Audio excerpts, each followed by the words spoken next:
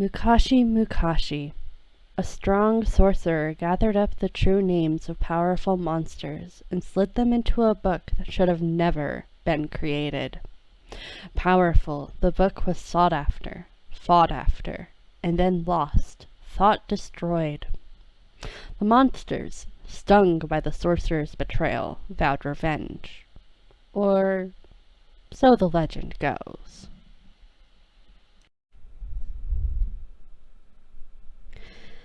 All right. Hello, everybody, and welcome to the first episode of Buddy's Book. I am your DM, Mira, and will my players please introduce themselves? Hi, I'm Middy, and I'm going to be playing Edel Wyze, who is an awakened bonsai tree druid.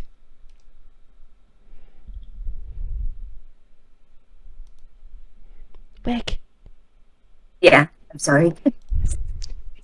Hi, I'm Wick. I'm gonna be playing as Trashtin can. It's just a trash can man. That's it.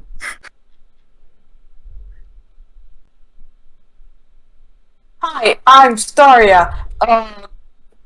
I'm going to be playing Hallows. I'm gonna put his rest because he who little gremlin.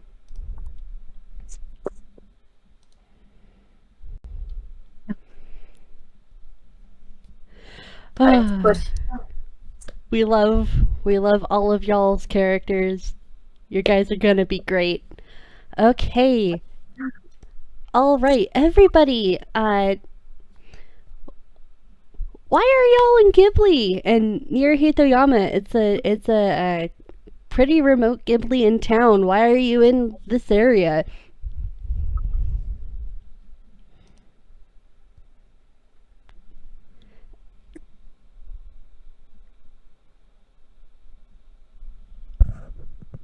Middy. I think Oh, I'm just sort of traveling around at the moment. Uh-oh. There we go. I'm just traveling around at the moment, a little at odds with myself. Not sure what I'm going to be doing at the moment.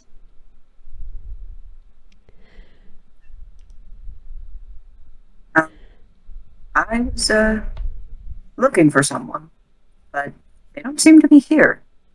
At least, not that I can see. She's currently in the air, flying at top speeds. Ash, please, please, please make a deck save. Okay. That's can I say disadvantage? Yes, disadvantage. You're currently flying through the air. Okay, that's better. There is now an ash-shaped hole in the town. He's fine, probably. To paint the picture dear. a little better, Ash, you have crash landed completely into the path that leads into the Hitoyama Village. You are currently kind of just there. Yes, there is an ash-shaped hole in the path leading to Hitoyama. You guys aren't actually in Hitoyama itself yet, but there's now a tune-shaped hole in the ground with an almighty crash that's very, very very noticeable. I'm not even gonna have the other two you folk roll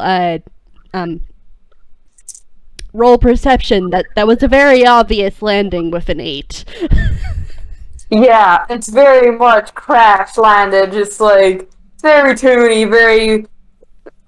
Yeah, he's now scrambling to get, just like now getting out of the hole that he has made for himself. Oh dear, are you quite alright, dearie? Ash nods. That was quite a landing. And Ash just stares at you with his big ol' eyes. It's like, he's not saying anything, just kind of like looks at you. If you want him to speak, you're gonna have to make him.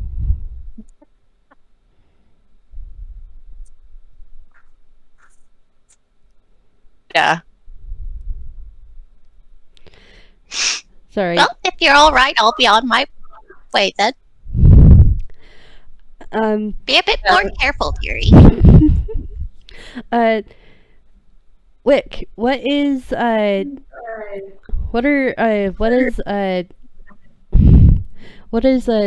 trash can doing? He's looking between the two. He doesn't know either of them. He doesn't know why this other person has fallen so spectacularly into the ground. Don't worry about it. He's gonna go into his hammer space, actually. He goes up to Ash and asks, are you all right? And he takes out a feather duster and just kind of brushes him off a little bit. Wick. Ash just kind of like after a bit of like after a bit of dusting, he then like starts shaking his head rapidly, and he looks at it. He looks at it as if he's gonna sneeze. He's like, and it's like the very toony, like you sneeze and you like go up in the air. Oh bless. Wick, for that feather duster gag, I am going to give you an inspiration point. Because Okay. that was just that was delightful. That was delightful. Oh, thanks. Also, on that note, speaking of inspiration points, since it is currently my birthday and we are celebrating for having a grand old D&D game, you both get Middy, Staria, you both get an inspiration point as well. You can use it either in this game. I will use it for chaos and only for chaos. You can either use it in this game, or if you come back for another Buddy's Book episode, you can also use it then as well. So, Ooh. Party favor inspiration point. Wick, you would have gotten one, but you sparked my brain with that feather duster. So thank you. You get a very extra shiny inspiration point. It's got sparkles on it. And I just stick it on the trash can in the form of a gold star. It's in the shape of a little gold star. Yes, it is in the shape of a shiny gold star. Kudos to you, my dude. Okay, are you guys all wanting to head into town? Sure. Yes.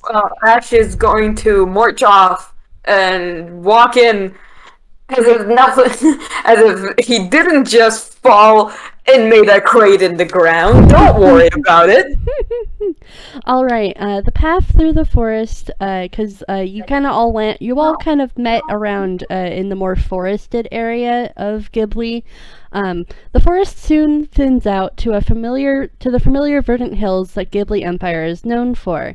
The road you all find yourselves on is not the most well-traveled one. The dirt is tamped down, and the stray stone here and there is poking out and rough through your soles of your feet.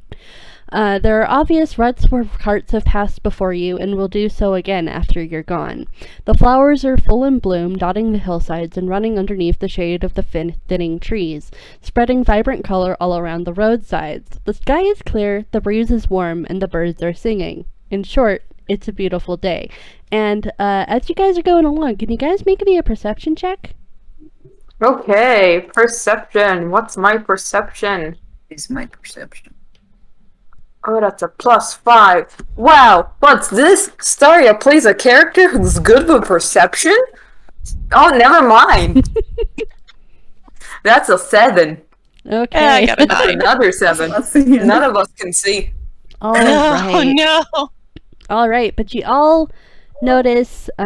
You think at first it's the birds, but like it's the birds that are yelling because they're very noisy. Actually, they're like really loud. Ash is more focused on collecting one of each flower that he sees.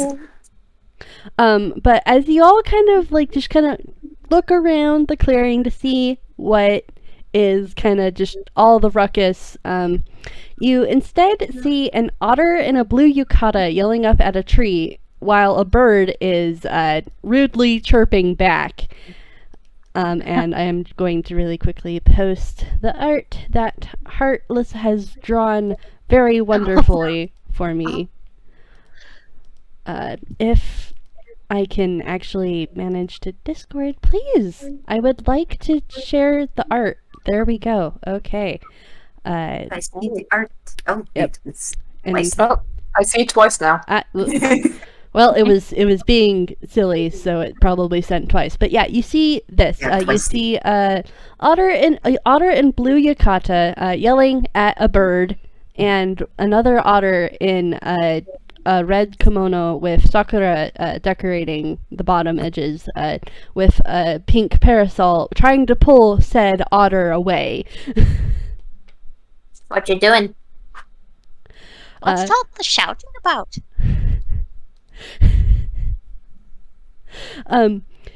Do you guys approach by talking to them, or are you going to kind of approach just generally? Ash is just like casually walking in. What you doing? Oh, stop it, both of you! Hello. Hello, adventurers. Hello. Hi. Would you mind helping us? The otter in the red yukata kimono stops trying to pull away the otter in blue, and the otter in blue is like still kind of just yelling. It's kind of weird. You guys can't really understand what the otter is saying to this bird. It's not Grolix, though. Hmm. And Is it a specific language or? this would be a would this do any of you guys know I'm trying to think of which one they would know. I'm gonna just go with my gut and say, do any of you know Primordial? Nope. No. I know Abyssal. Then yeah, No, I don't think I know it. Sylvan, but okay, yeah, then not primordial. yeah, you guys wouldn't know. You wouldn't know the language that the otter in blue is yelling currently, and the bird kind of replies in very sharp tones himself, and then just kind of flies off, and the otter kind of just huffs very angrily at the birds retreating back. And it's really interesting. The bird is the size of a cat, my dudes. Oh, Big bird. Like, and yes, Ash is saying this out loud. It's like after this bird is like has flied away, Ash just like idly comments, it's like big bird. Yes, Gale is rather big. River, stop that! Don't swear in front of the young ones. And she kind of just swats them on the shoulder, and like Ash tilts his head. and she just kind of huffs again and kind of readjusts her parasol, and it's like, I'm so sorry about River and Gale. They get into a tiff often. It's been quite of a heated argument between the two of them. River, shush! And River just kind of subsides into low grumbling that you can't really understand, and doesn't really. He's still kind of glaring at where the bird has flown off in the direction of the Hitoyama Village, and River's kind of just. Yeah, they're a little mad right now. They're not really up to talking. So the one in the kimono is just kind of pulls back her teeth and what's supposed to be a smile, but it's kind of off a little bit. You're quite all right, dearie. At my age, I don't mind a couple swear words. Oh, well, it's and Did you say you needed help? yes, we can't really go into town ourselves, you see. Well, we're supposed to be making preparations for a festival tonight, and there's some food in town that we all would really love, but we just ourselves can't get to it, you see. We can get. So you want us to get food? If you wouldn't mind, it would be a really rather good help. And Ash started to bouncing a bit up and just like little bounces like up and down, up and down, up and down. Like he's getting excited. Aw. Ooh, a party. Do you have a list? Yes, actually, here, and she's going to dig around in the folds of her blue obi and pull out this list and kind of just hand it out to both of you with like her thumbs outstretched.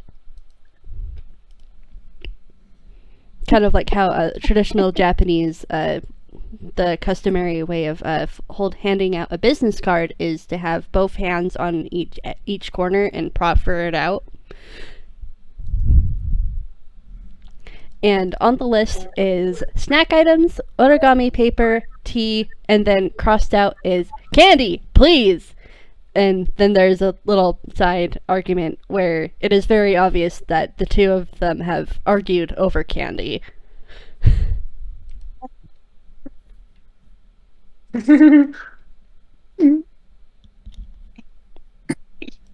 So, if nobody's gonna stop him, Ash is gonna make grabby hands at the list, which is he's gonna take actually grabby hand because one of his hands, one of his hands is a big claw, so that's probably not good for paper, so he's gonna only take with one hand.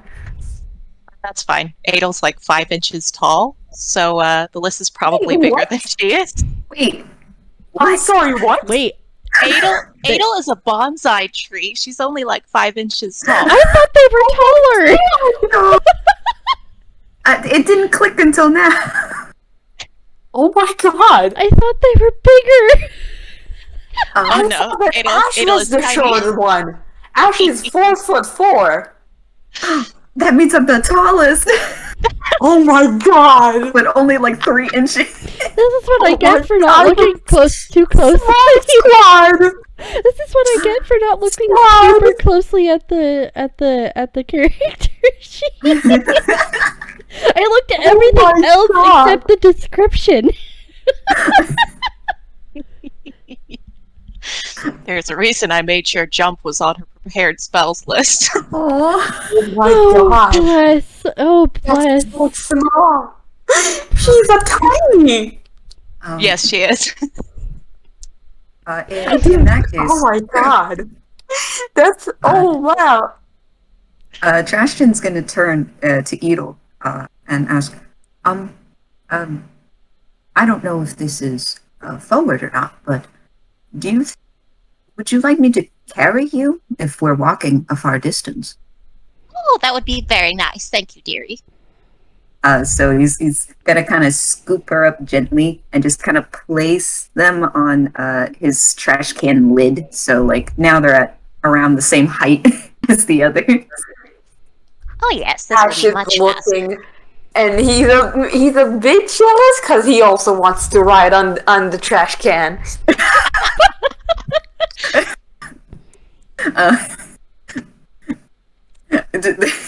He just takes a glance over at Ash.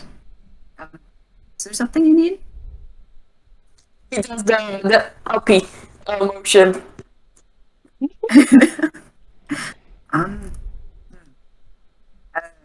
Do you want a piggyback ride? And he just looks a little confused, but Ash nods rapidly. all right. And he kind of just makes the motion like, yeah, you can get on my back. You roll acrobatics to see how well he Yeah. does this. Staria, you roll acrobatics, and Wick, you roll strength. Okay. Okay, 15. Just a straight strength. Yeah, just a straight strength. Okay. Okay, how this is going to work is that, Ash, you managed to, clamber up onto, their back, and just, what happens is, like, you're very, very graceful while you clamber up, but then you get too excited, so what happens is that, since I don't want to, like, say, the lid goes thunk and, like, crumples inward because I don't want to hurt your character, Wick. Basically, No, he'll be fine. okay, then, basically what happens is you clamber up on top and, thunk, the lid kind of goes inward. Oh, lights. Ash immediately jumps off because and he lands on all fours like a weird cat. And it's like, And as soon as you jump off, it kind of just goes plunk and repops back up. and he stares at it a bit, and then he stands up just like, I'll walk. Oh, I'm sorry. And he kind of just brushes himself off a little bit, but he looks kind of sad, like, I didn't do a good. Oh. During the whole thing, he kind of scooped Edel back in his hands while Ash was scrambling about. But now that they're back off, he places her back on there, just so no one's like scrambling. It's Mm-hmm. And as Audie, the otter in the red kimono, she's watching all of this kind of like with her head tilted to the side, like she's not quite following what's going on, but she kind of pauses for a moment and she tilts her head as if she's listening to something as a breeze rustles by and some cherry blossoms float past. And she's like, oh, yes. Before you go, you're going to need these. And as soon as Discord will actually cooperate with me, there we go. And she pulls out 3 necklaces with green teardrop, jade teardrop necklaces, and she hands each of you one of them. And she's like, well, this will help guide your way to the festival. It's up in the mountains, you see. And just don't put them on right away. You'll need to put them on when you head up. You're ready to head up the mountain. And she just kind of closes her mouth and looks at River, who looks back at her and kind of just shrugs. Oh, a magic item, is it? Yes, it's very magical. Yes, very magical. It's very pretty. Oh, yes. Yeah, Ash is just like, he was about to put them on, to put the necklace on, but after the warning, he stops, looks at it, and then sort of like, in a sudden move, sort of like shows it into his eye socket. Oh. Which is apparently hollow. You can't see it at first glance, but it's hollow. Okay. And whoop, it goes into his hyperspace. Oh. Of course, putting on magic items when you don't know what they do is not very wise. So then, what does this necklace do, dearie? It'll guide your way. It'll guide your way. Yes. Can I do an insight check? yeah. Can we do some insight on that? Feel free to roll insight on the otter. Yeah. We need to know. Other what we're beings kind of into. sus. That's a 9. Okay, Ash perceives nothing. Oh, that's an at 20. Oh, that's an outstanding. All right. And a 6. Edel, you're the only one who really notices this. As you're kind of holding the necklace around, your hand is kind of wrapped around the cord that is threaded through the necklace, and this is why you kind of pick up on it. Audie's form kind of flickers a bit. You thought that they were tunes. You thought they were tune otters, but then they flicker, and they're real kind. No, they're not real kind. They're tunes. They should be tunes. They look like tunes. You think they're tunes.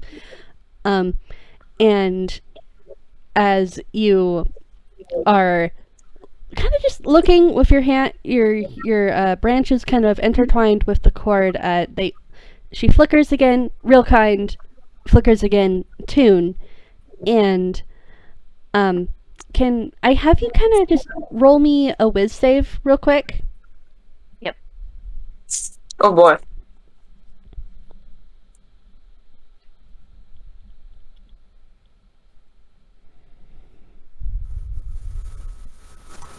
Okay, 24. you're fine. You're just really kind of confused and off-put, and coupled with your nat 20, you realize that this is whatever necklaces that she gave you, the necklaces that she gave you let you kind of see through the stable illusion that these creatures have. You don't know what these beings are specifically, but they're not tunes, and you're not entirely sure that they're real kind either. They're something else.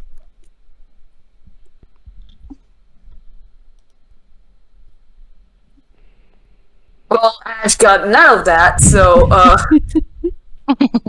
Ash is busy rattling around his single brain cell, not using it, along with the necklace, which is now in his hammer space.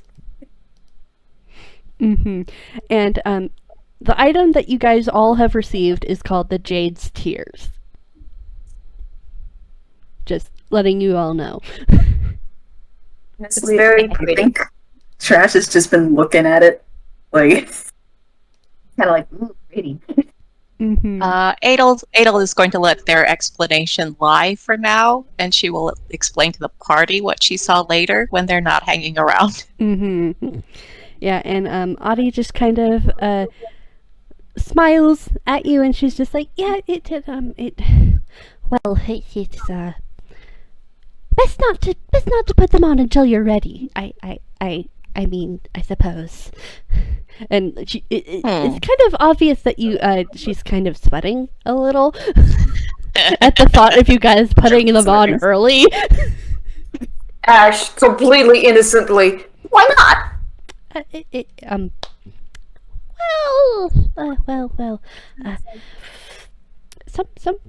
Some folks might not like it, and she's kind of just glancing around. Trash kind of speaks up. Oh, no, it's probably something for the festival itself, right? Yes, we shouldn't celebrate a little too early, right? Yes. It helps guide you to the festival. You'll be able to get through. You'll be able to make it that way. Yes. So, hidden festival. It is very hidden. It is very hidden. Yes. And Audie just kind of glances over at River, and it just kind of says something in that language that you guys can't understand. And River just kind of glances back at her like, wait, what? Because he'd still been busy glaring off at the direction that Gale had gone off. He noticed none of that. Oh my god. And he just kind of looks at the party and is just like, he kind of just beams at all of you and is like, please select your favorite candy. I wish to try.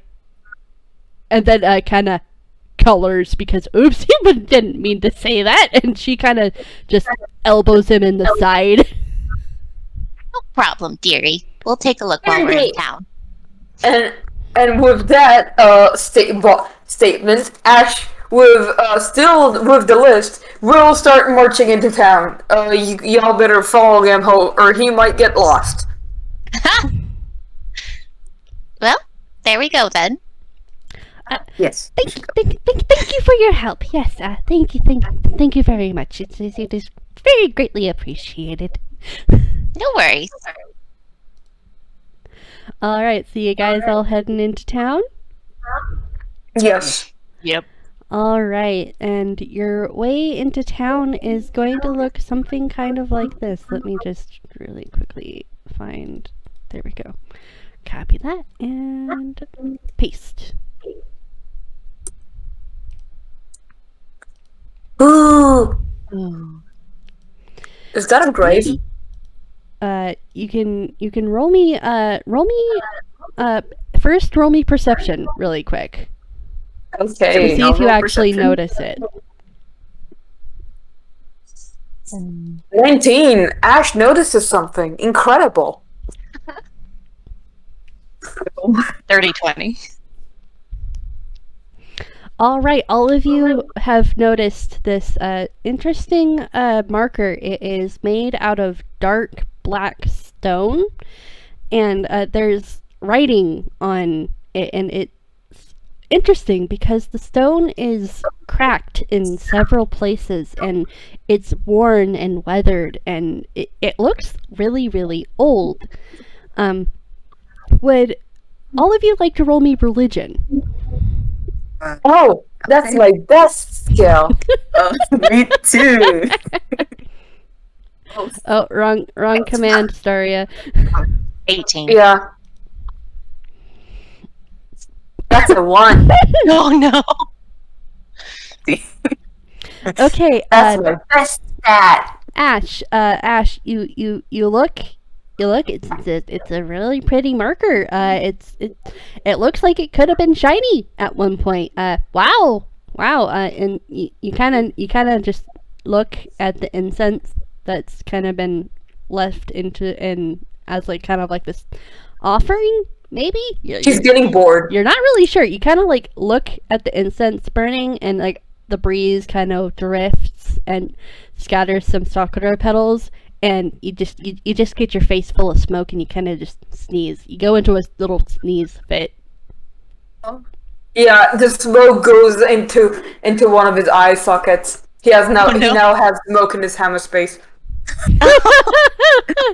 Oh, bless. But Trash, Edel, you both look at this marker, and you immediately realize that this isn't a grave. This is a shrine to a god that you don't really recognize. But there are a lot of sakura petals all around, and it's kind of weird. The sakura aren't in bloom right now, but there are sakura petals, and like there's something slightly off about it. But yeah, like you know that this is a little shrine to some deity. You're not entirely sure who. Maybe the sakura has something to do with it. Oh, a shrine. To who? Something to do with flowers. They'll set me down. Tin just takes Edel and places them down near the shrine.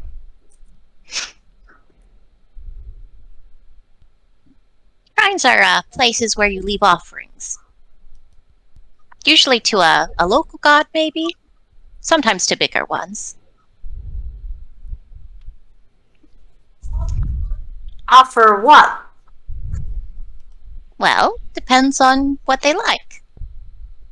Flowers here, I would think, maybe. Oh, Things you find beautiful or precious. Ash will take one of the flowers that he has picked up in the forest, and will gingerly place it on the stone. He's probably not placing it on the right place. It's probably on like Some of it's not, but you're not supposed to put the offerings, but he doesn't know. He thinks that putting it on the top means that it's closer to God. He doesn't know what it means. Yeah, Edel will move the flower. No, right here. Oh. And he put more flowers. He'll put all of the flowers. It's like he took a lot of flowers, so now there are many flowers on the shrine.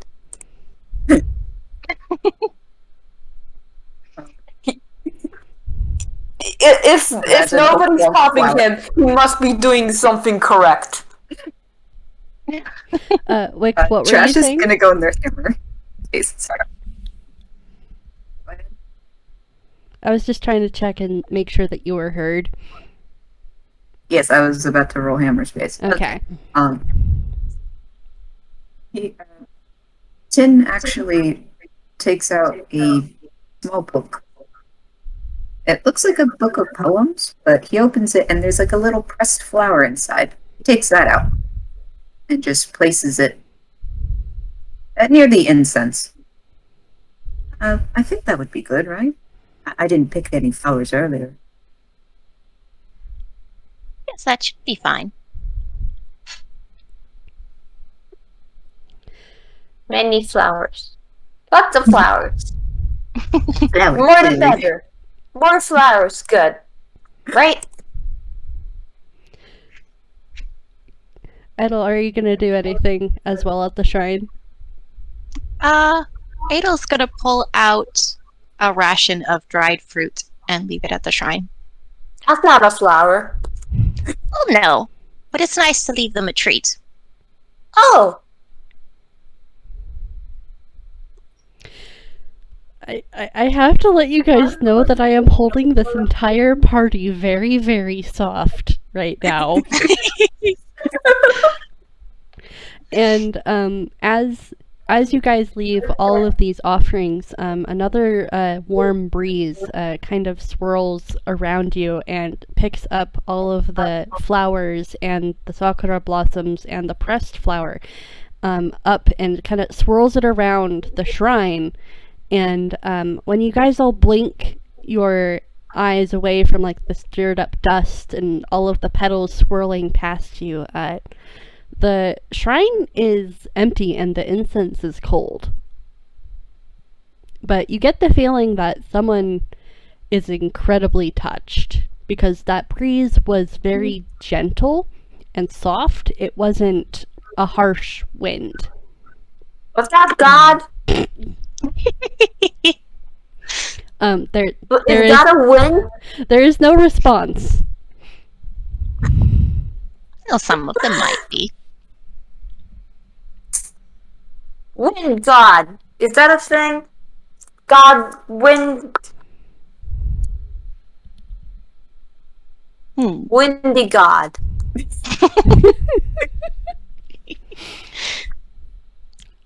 Oh, Ash, I hold you so very soft.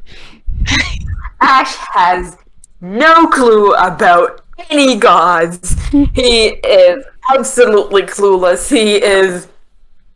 You'd think that he'd know something due to his circumstances, but come on.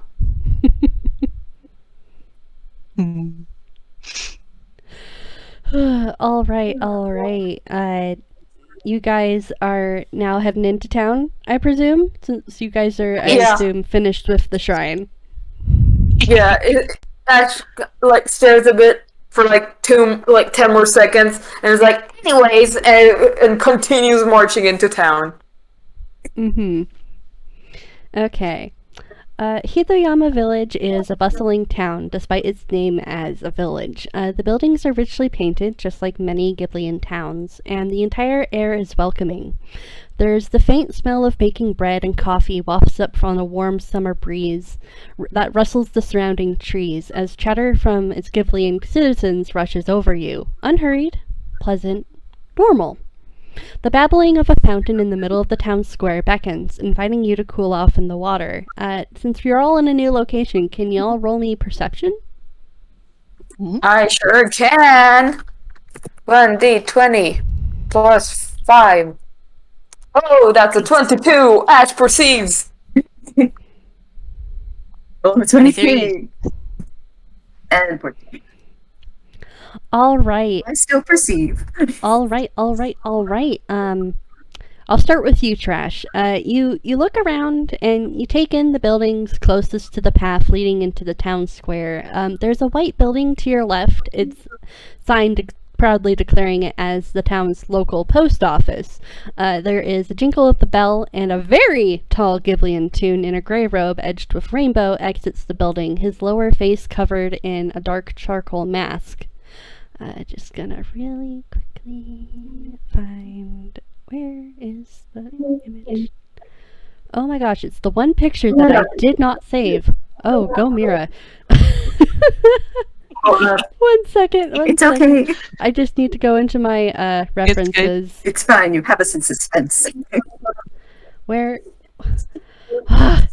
It's because it was most recent. Let me just scroll through. There we go. We're just gonna copy this, and we're gonna just post this. And Ash and Edel, you both see this toon as well exit the post office. And further in, you see another Ghiblian toon of note, holding out a very fat and orange calico cat in front of a grocery store. The cat is meowing rather loudly, and the boy is visibly arguing back at the cat, clearly unimpressed by the cat's attitude and extremely tired. Let me just... Oh my god. Ash sees the rainbows. Ash sees that the rainbows are like his own. Ash goes, nyum. Let me just really quickly post these other reference pictures so you can see. Yes, these are all the people that you see. Yes. Let me just really quickly...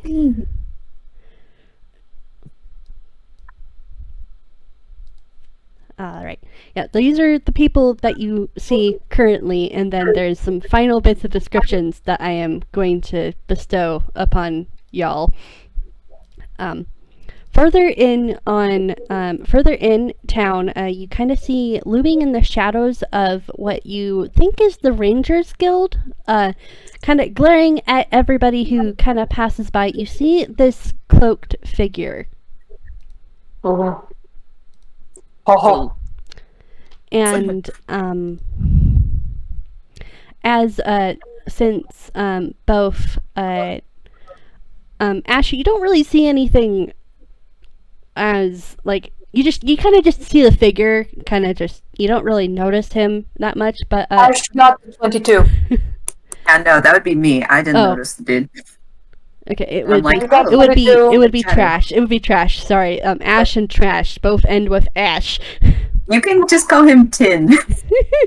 Tin. My apologies, Tin. No, it's fine. He goes by either. Anyways, so both Edel and Ash, you both see the mysterious cloaked figure, and as you guys are looking, this figure kind of locks eyes with both of you, and for a split second, their skin is outlined like a toon normally is, and then their skin is red, with sprawling black markings across their face, and very, very sharp fangs that jut upward and down, and their face looks furious, and then you blink, and the figure is gone, as if they were never there. Oh dear. Intriguing. Anyways, Ash is newing. He probably bonks into Sammy because he doesn't know how to stop himself in time. So he just noom then bonk. Let me just roll a quick dex save. I'm sorry, my child is fucking stupid. Okay. What happens is Ash kind of launches himself at Sammy, and collides kind of in Sammy's middle, and just kind of falls backwards into the post office, because he stopped in the doorway because he saw all of you guys, and he's just kind of flat on his back, blinking kind of in wide golden-eyed disbelief at this other kind of rainbow-themed tune. Ash is vibrating. Oh my. Hi? Hello? Hi there. Rainbow! Yeah, you have rainbow too. Rainbow! Mm-hmm. You're also rainbow! Yeah, we're both rainbow. Rainbow! And Sammy. Ash does not know anything about Prismatone, so unless you say Prismatone first, he won't be able to say it. Oh, Sammy, honey. He doesn't quite twig yet that this is also a fellow Prismatone follower. He just kind of gingerly sits up, rubs the back of his head, and is just like, yeah, we're both rainbow. I'm Sammy. What's your name? Ash! Ash? It's nice to meet you, Ash. And I'm very tempted to just do one of the song site things just to One of the what? I'm sorry. the song site stuff that Prismatone followers get. Mm-hmm. If you want, you can go ahead and do that. He's gonna do the mimic. Mm-hmm. So you study the colors and shapes of a target's voice, make a performance check to see how well you can copy them. Mm-hmm. So, what's my performance? My performance is the one charisma thing that I don't have proficiency on. 11. Okay, so you kind of parrot back what Sammy had said. It's nice to meet you, and the colors are off a bit. It's very wonky, but Yeah. he's trying his best. Like, the colors are a little too oversaturated and bright. It's like purples and yellows, and the yellows are like really bright, and like you just kind of blink the spots out of your eyes, and like you just kind of have like the after image of purple and blue and yellow in your eye sockets now for a little bit. But let's see if Sammy recognizes that. And I'm gonna give him advantage. Yeah. And that's a 15. So Sammy kind of just sits up a little straighter, and he's just like, oh, you're one of Mom's. Ash tilts his head. Hi, I'm Sammy. I'm one of Prismatone's clerics. Yeah! Prismatone! That's yeah, Prismatone! Prismatone! And it's like you can see that Ash, despite being a follower of Prismatone, is very terrible at remembering Prismatone's name. I have to let you know that Sammy is immediately holding Ash soft. He loves this bean. Only known this tune for a day. But if anything. Yes, immediately. Sammy's kind of doing the whole you know that one picture with the samurai holding the kitten with the sword? Yes. That's Yes. Sammy. That's Sammy to Ash right now. Edel talks out of the side of her mouth to Tin. She says, I have no idea what's going on, but it's adorable. I know, right? I don't really know either. But it's quite fascinating. If I hadn't given you guys inspiration points before, I would give them to you both now. Oh bless! Oh bless! Oh, that was the. Sammy kind of looks up and notices the both of you, and he's just kind of like, Ash, why don't you introduce me to your two friends? I assume they're your friends. That's Edel and that trash can, and we're on a shopping trip. Oh, you're out shopping for what? Shopping! And he still has the list in his hand, so he just kind of waves it around. You're probably gonna have to catch him in order to actually read it, because he's just sort of waving it around. the blur. And it's right around this time that the boy who had been arguing with his cat kind of wanders past and kind of just pauses and kind of backtracks a little bit. Are all of you holding out your where did you guys put your Jade's tears? Ash put his in his hammer space. Okay. Edel, Tin, where'd you guys put yours? I think Edel put hers in her pack when she was interacting with the shrine. Mm-hmm. But Tin did wrap his around his hand because he was going to put it in his hammer space, but his hammer space he has to take off the lid for, and he was letting. And Edel was sitting on it. So, yeah, so he's just holding it. Okay. In his grip. And I'm not gonna have you guys roll perception for this. The boy kind of pauses and his eyes kind of go to the Jade's tear that you are currently holding on to, Tin, and his hand kind of goes up to a similar necklace that's wrapped around his neck, and he's just like, "Are you guys looking for something specific?" We have a shopping list. Who are you shopping for? They didn't tell us their names. I guess they did. It's River and Audie. River and Audie, I think. Yes. And Pair of otters. River and Audie. And you kind of just have this dawning sense, this visible dawning sense of realization on this tune's face, and like he just kind of rubs his face a little bit, and he's like, so they roped you into shopping for them. I guess food for a festival. And paper, and tea, and candy, lots of candy. River got the shopping list. I see. Okay. They're otters. They have really pretty clothes, and the red one has this cool Paris umbrella. Parasol. Yeah. Oh, darling. Yeah. They're really nice. And you guys can roll insight on this tune if you want. Yes, please. Yeah. All right, sure will. I want to know.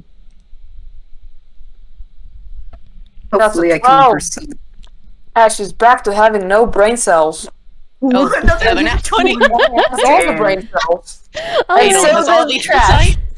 Ash, you're Trash, really pick it up this time. Ash, you're really in like you're really interested in just kind of tugging at Sammy's hand, pulling him to the rest of the group. You're really excited because you've met another person who's got rainbows.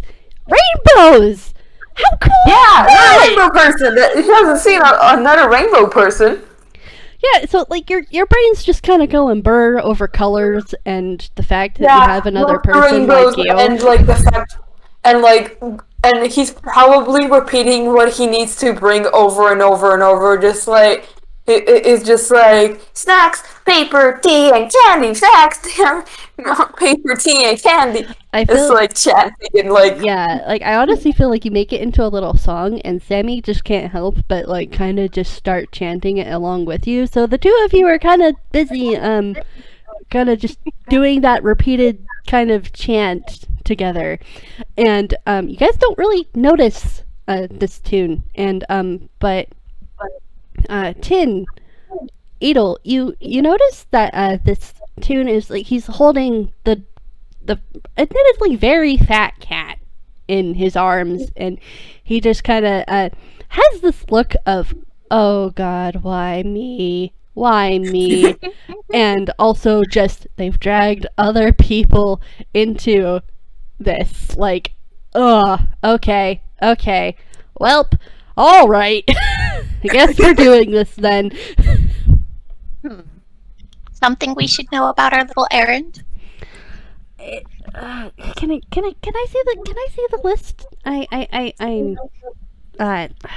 I know them. They're friends. They're harmless. It's just the spot that they're wanting you to take everything. It's a little dangerous for most tunes. At least the way there. If you don't have a guide, I can help take you there. And they gave you some. They gave you some seeing stones, so you should be fine. You should be fine. You don't have to wear them. Yeah. You don't want to You're wear wearing. them. You don't want to wear them until you're on the trail. Trust me. Why? The tune kind of pauses and kind of pinches the bridge of his nose, and I'm actually gonna really quickly roll a thing for him real quick to see. Presume there's some things they don't want us seeing. Yeah, no, trust me, you wouldn't want to be seeing some of the stuff. Yeah, that's enough. And he kind of looks up, and his eyes kind of look at Sammy, and his whole entire being kind of just stiffens for a moment as he looks over at something over Sammy's shoulder that you all can't see. Okay, ominous. Very ominous. I don't think Ash really realizes this because with how Ash was rolling, like, he's just scared. If you guys want, you can roll another insight, because this is a different thing that you guys would be picking up on. Okay, I will roll the insight and put away the cards I've been playing with. 30-20. 22. 22. Oh, I didn't know. Tin, you kind of get distracted by the fact that Ash has stopped singing for a moment, because like he's looking at Sammy and then back at this tune, who is just kind of staring over Sammy's shoulder.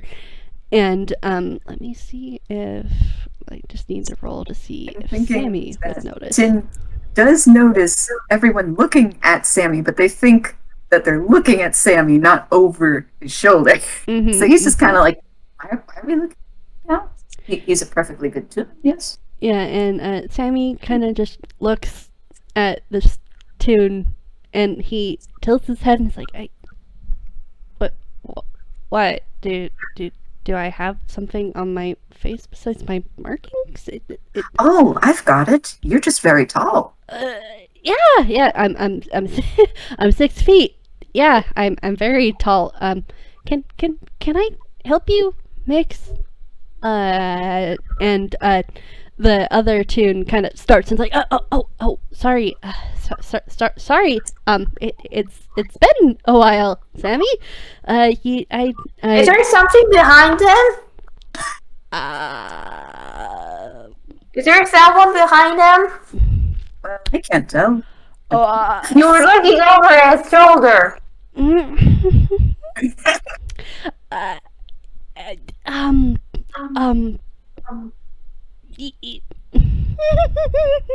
And he just kind of lets out a very nervous, high-pitched laugh, and Sammy's just kind of staring at this person very suspiciously. His shading is like slightly purple, and he's like, I don't. How do you know me? And this tune kind of, it's like, yeah, it's been almost 9 years now, actually. Wow.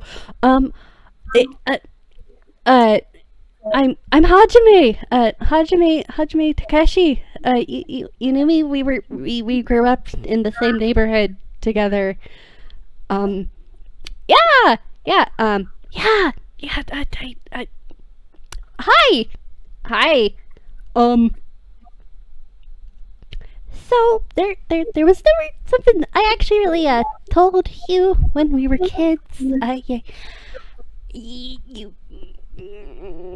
can't believe I am actually saying this, but you got ghosts, Sammy. You got 4 of them behind you currently. Surprise! I can see ghosts. Gods, I can't believe I just said that out loud. Ghosty ghost. Okay. Oh, it was a ghost. I just thought we were. Oh, I'm sorry. It must have been rude of me to say how tall you were. I didn't realize it was. Wait, ghosts? So it was something behind him. Sammy is just kind of staring blankly at Hajime.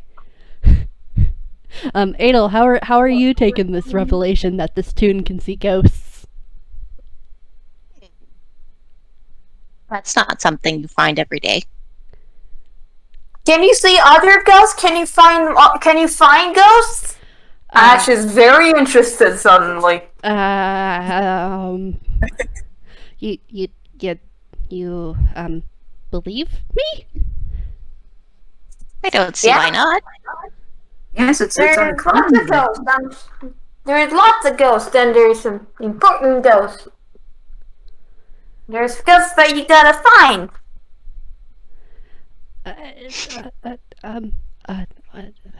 And it's very, you don't have to roll insight on this. It's very, very obvious that no one has actually ever believed Hajime before when he said he can see things that other people can't. There's a lot of things about the world that aren't easily perceived. There's a reason someone created the spell True Seeing. There's a lot of secret stuff, even here. There's a lot of stuff that a lot of people can't see. About that shopping list. You guys were needing to go shopping for snacks and stuff? Yes. Snacks. Cool. If you want, I can show you around town. Kyo Sensei here wanted some meat buns, and the cat kind of just looks up at you guys with like very just very kind of deadpan eyes, and then goes meow. The cat did the sensei.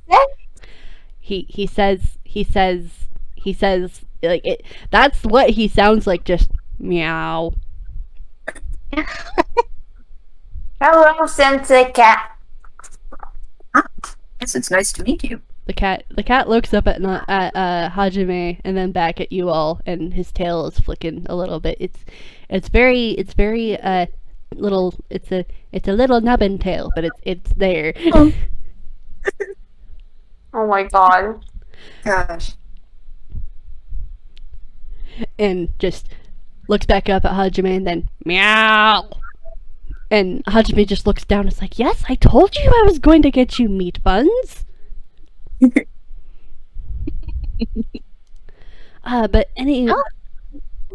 Let's get to the store then. yes, there's several places that you could get. They can I look at the shopping list? Ash will hand it to him. Okay.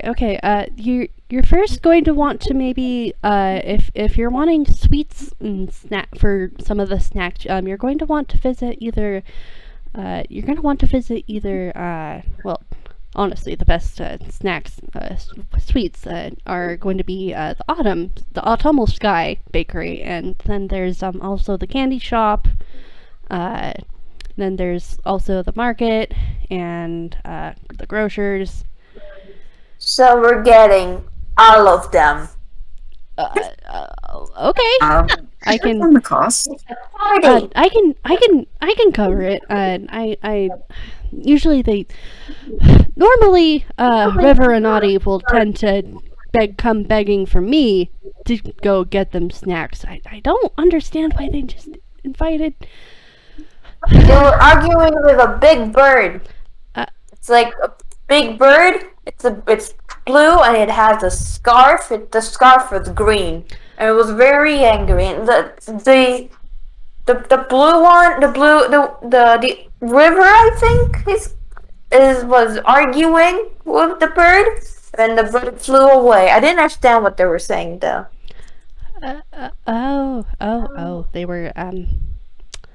They were arguing with Gil. Yay. That'll be fun to deal with later. Okay. Gale. The bird's name is Gale. Can you spell that? Because I keep hearing it as Gil, and I'm like, no, wrong Gil. Gale. Like Okay, a wind. okay, thanks. A gale of wind. Gil just shows up. And I have given you guys the map, so where do you guys want to go first? Well, Ash will probably just go to the nearest store and just like, it doesn't even matter if it's a candy store or not, he will just go there. Like, he's probably gonna go to the tailor's thing, unless anybody stops him. The closest one that you're actually going to want to go to is actually the autumnal sky. And Okay, so he's going there. Okay. Like, he will just go to the nearest one. okay, Or the confidence of someone who knows what he's doing, but like, don't count on it. okay. Edel, Tin, are you guys going to be following Ash? Yeah. Following Ash seems like a good idea. That's probably the smartest No idea. idea, but, we don't know what he's gonna get. Okay, as you guys approach the Autumnal Sky Bakery, it's a building with a teal awning and a rich chestnut wooden door. Wide windows display the fresh baked goods, ranging from cakes to pastries to more traditional Gimlian treats. The glass decorated with hand-painted decals of maple autumn leaves. A portly Gillian woman with a warm, round face greets you cheerfully from behind the counter, her bob of red hair curling around her face.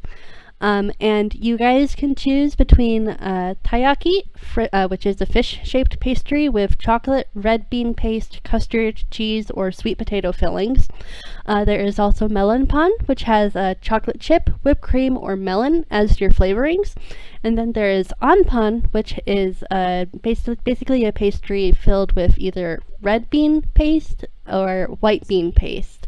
There is also cream puffs and strawberry sponge cake. Oh. Unless anyone's What gonna one? like decide, Ash will decide at random and then also get himself some the strawberry cake. Okay, and for you guys, I am going to screenshot my little list and send them to you guys so you can see. Ugh. Okay. I already ate lunch, but now I'm hungry again. Please try imagine the hell I was going through planning for this game. I would eat Well? all of it. Well, they're otters, so they bite like the taiyaki. Hajime kind They're of good. I think they sound good. Hajime kind of leans over and is like, the taiyaki's actually really good. If you want to try for a few, feel free to pick as many as you like. I can cover anything you guys choose. Are you sure, dearie? Confirmation. We'll try one of each. Sorry, you enabled the weird pumpkin child. Wait, And the pumpkin child does eat by shoving food into his eye socket. Oh, God bless. God bless. Ash is gonna fit in right well with Hitoyama.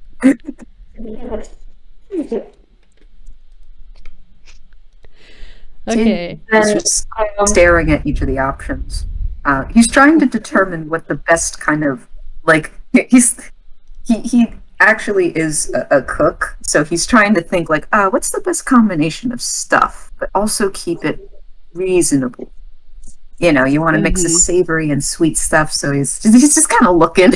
If you want like a little bit of some of the savory stuff, you might want to pick some of the taiyaki that has the cheese in it, because that will have a little bit more of a savory flavor.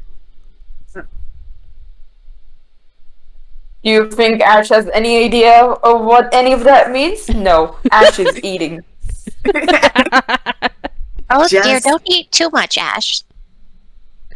Yeah, Ash will Make yourself turn his sick. head you and will. shove another will shove another cream puff into his eye socket. I'm pretty sure Hajime kind of is just like, I'm pretty sure you will be able to eat at the festival. Like, you all are invited. And then he'll stop, because he genuinely did not think of that.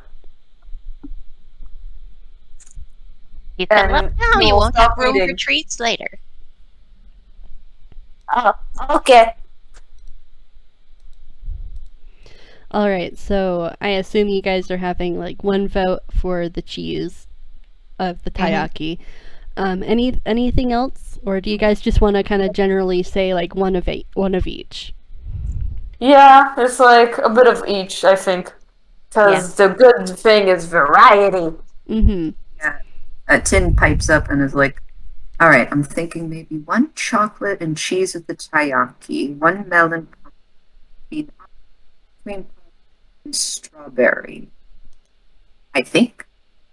Is that a good variety? Yeah, I think so. Everything is a I good don't variety. actually know. There's so much stuff here. Yeah, and Hajime kind of looks back at the list and the candy that has basically been begged for, and then kind of just, there's a very visible little sweat drop that drops from him, from the side of his face, and he's just like, okay, and there's gonna be more, because there's still the candy shop if you guys want more sweets. Right, candy. They asked for a lot of candy. No, he just asked for something from each of us. They say Let's not overdo it. But it's in large font. It's written very largely, so that means it's lots of candy. The bigger you write it, the more you need it, and then the more you need. So if you write candy over all the page, that means you need all the candy.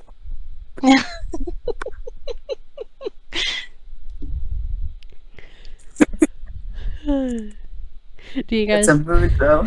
It is a mood. Ash, I love you. Do you guys want to move on to the candy shop then? And while they are like going to like when they're going to the next shop, Ash is keeping on the lookout for the weird old man that they saw. Mm-hmm. How about you roll me perception again? Okay.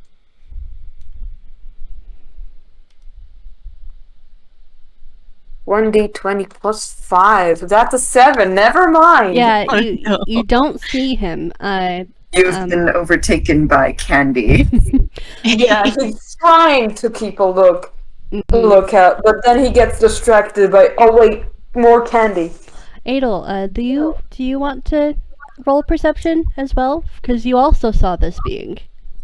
Oh, you're right.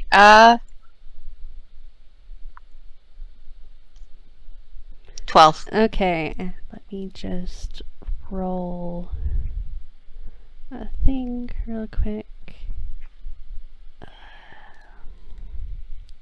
Okay, that is +1. Alright, yeah, no, you guys don't see this being.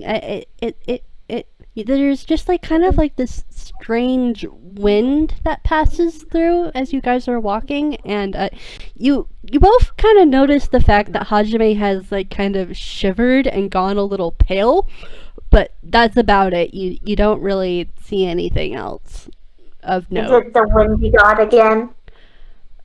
When No, the windy god was like warm wind. Windy God, Yeah, there was this like shrine, I think, and we put a lot of flowers, and then there was this warm wind that took all the flowers, and I think they were happy because they did a lot of twirls. you put stuff on Nashi's shrine? Is that what it's called? Yeah, their name's Nashi. No one really notices really their shrines anymore. It's just That's sad. yeah, just Oh, I thought it was a grave at first, but I'm not good at religion stuff. So, they told me it was a shrine. So, and you put stuff in shrine. So I put all the flowers that I collected in the forest. Because it's the flower god, I think. They have a lot of flowers. You could say they're a flower god. It's one of their symbols, the sakura flower. Oh. Thank you. Nashi appreciates No that. problem. And Sammy kind of is like just kind of staring at Hajime. They're gonna have a conversation later because what the hell, man? Hello. Are you feeling all right? You're looking a bit pale. So I noticed that too. I'm fine. I just saw something that kind of just it's fine. It's It was this weird old man that I was trying to look for, but it's like he had this cloak, and for a second had like weird like red stuff on his skin and like sharp teeth, and he looked really angry. But then he was gone. And you guys didn't really Hajime is still kind of holding his cat, and his arms kind of wrap a little tighter around the cat, and he's Yeah. definitely gone a lot more pale. And Someone to keep an eye out for? they Are they bad? they haven't done anything yet. I just keep seeing them around town. I think it's fine. I think Kyo Sensei will keep me okay. It's fine. It'll be okay. So you can say that they're sus. I heard that people say that. Yeah, they're sus. Sorry. And there's like audible question marks in the way that Hajime is looking at you, Ash. He's a little confused. The boy is not very up to date on the lingo. Ash. Ash just fucking heard this and is like, yes, I will use that. Tin is that is also looking quizzically. my way of saying I will inflict psychic damage on all of you.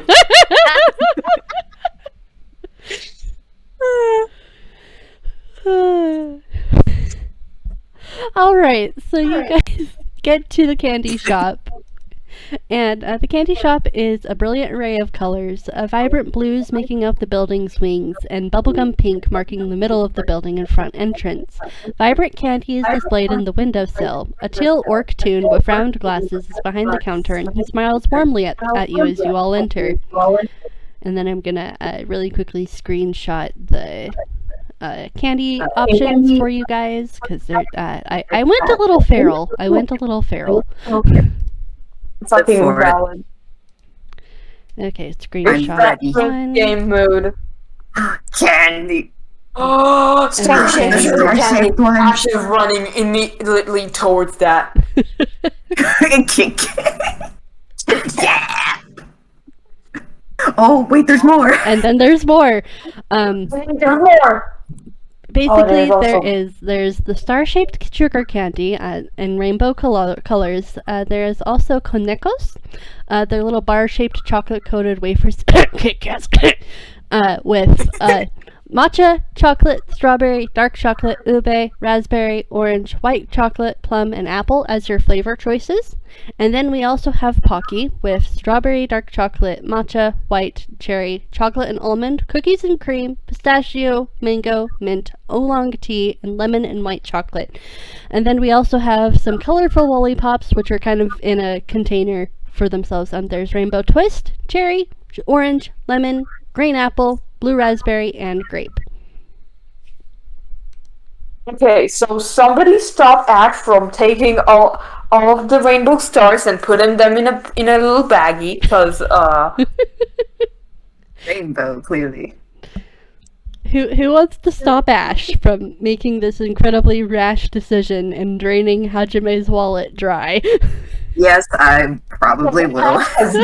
Listen, Ash's concept of money is literally GP stands for Glorp piece, and it's the little shiny things, but Glorp needs, and Glorp gives you stuff for it, so that's what you use gold pieces for. That's what you use GP for. You give them the Glorp, and you get items. Oh, I hold Ash so soft. It's like, unless you tell him, don't take all of that, he will accidentally drain his wallet. So someone please stop the child. Not the child.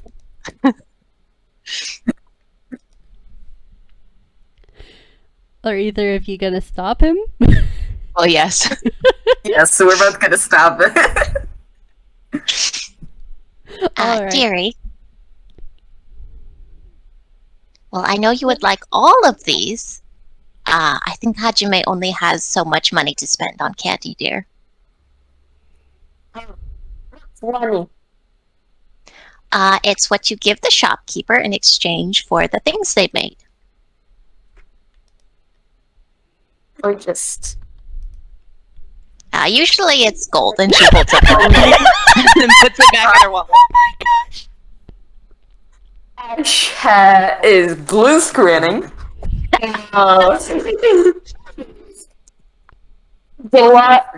The yellow light that usually comes out of Ash's eye sockets, it has turned blue. He is quite literally has blue screened. Oh dear. Ash? You know? Adel's kind of like waving a branch in front of their face, a little concerned. Are Can you I alright? roll something real quick? What are we Okay. I didn't think that would come up that quickly. Uh-oh. Uh-oh. What's happening? Never mind. Okay, everything's fine.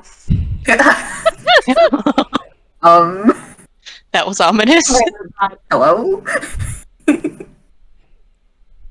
Laughs and secrets. Okay. All right. Yeah. Yeah, so Ash just sort of like rapidly shakes his head, has like shake, and then his eyes are back to normal now. Oh, thank goodness. Are you okay? You need to sit down, honey? What's gold? What's money? Oh, it's what people exchange with shopkeepers to receive the things they made. And then shopkeepers take that money and they spend it to get more supplies to make more of the things. Okay. What? They can be exchanged What do for you- goods and services. I don't have money. Yeah, Do I have Hajime. money? I don't know, dear. Do you have any of these? And she pulls out the gold piece again. Oh, please. And he will roll Hammer's face. I'm so sorry, y'all. This child is a handful. I love It's this okay. child. We love them. Mm-hmm. Yeah, he will take out 5 gold pieces, or as he calls it, glorp pieces. Who's glorp? You probably know, but Everyone knows Glorp. Yeah. glorp's friendship. Yes, we love the Glorp. We love glorp. This is glorp propaganda. We love our, interrupt this session for glove propaganda. we love our lava. We love our lava shopkeeper. We love our lava blob. So yeah, Ash will look at his glory pieces, which are now also called money, I guess? I'll think about it later and probably forget. He'll put he'll put his 5 gold pieces back into his eye socket and just like now turn to Hajime because he knows the money belongs to him. How much should I put? It's okay. You don't have to pay this time. I'll pay for it. It's gonna be okay.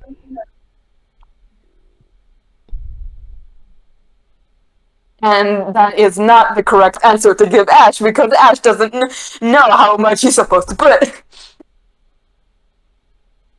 Yeah, so Ash is just like looking at his pretty big baggie that is full with papers with little sugar stars. And I was just like, that's enough. That's lots of people eat sugar stars, so lots of people need lots of sugar stars. You've I think you've got enough. There's a lot of sugar stars in there. And look, there's a lot of other stuff that you can get as well. See those colorful lollipops? There's a rainbow one. Like your scarf. No. He will, like an excited child in, well, this is a candy store. Well, he will run towards. Mm-hmm. I am so sorry, Mira. Oh, I that's have fine. annoyed this dumb fucking child on you. This is perfectly fine. No, I love it. Do anybody else, do you guys want to choose some candy from the candy shop? Yes, but I have to figure out which one. Hmm.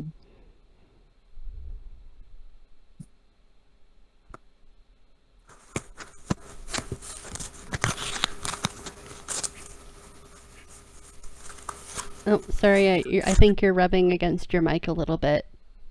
Sorry, It's okay. but it's farther away, so it doesn't pick up me playing with the cards again. Valid. I got new cards for the sole purpose of doing Taroka shit. Heck yeah. It may my just be brain- normal cards, but I will do Taroka readings. Beware. Me too. I actually thought Ash had the cards, so my brain's just going, man, they're playing cards with Sammy. This is great. I thought it was playing cards, like I really confused. Oh my god. Hmm. I got a playing cards deck today. Nice. It's a pretty cheap one, but like it will do. Mm-hmm. I don't as long as I don't lose any fucking cards. Do you guys want any help deciding? No, I've got it. Okay, what Or do you... rather, Tin knows what they want. Alright, what does Tin want?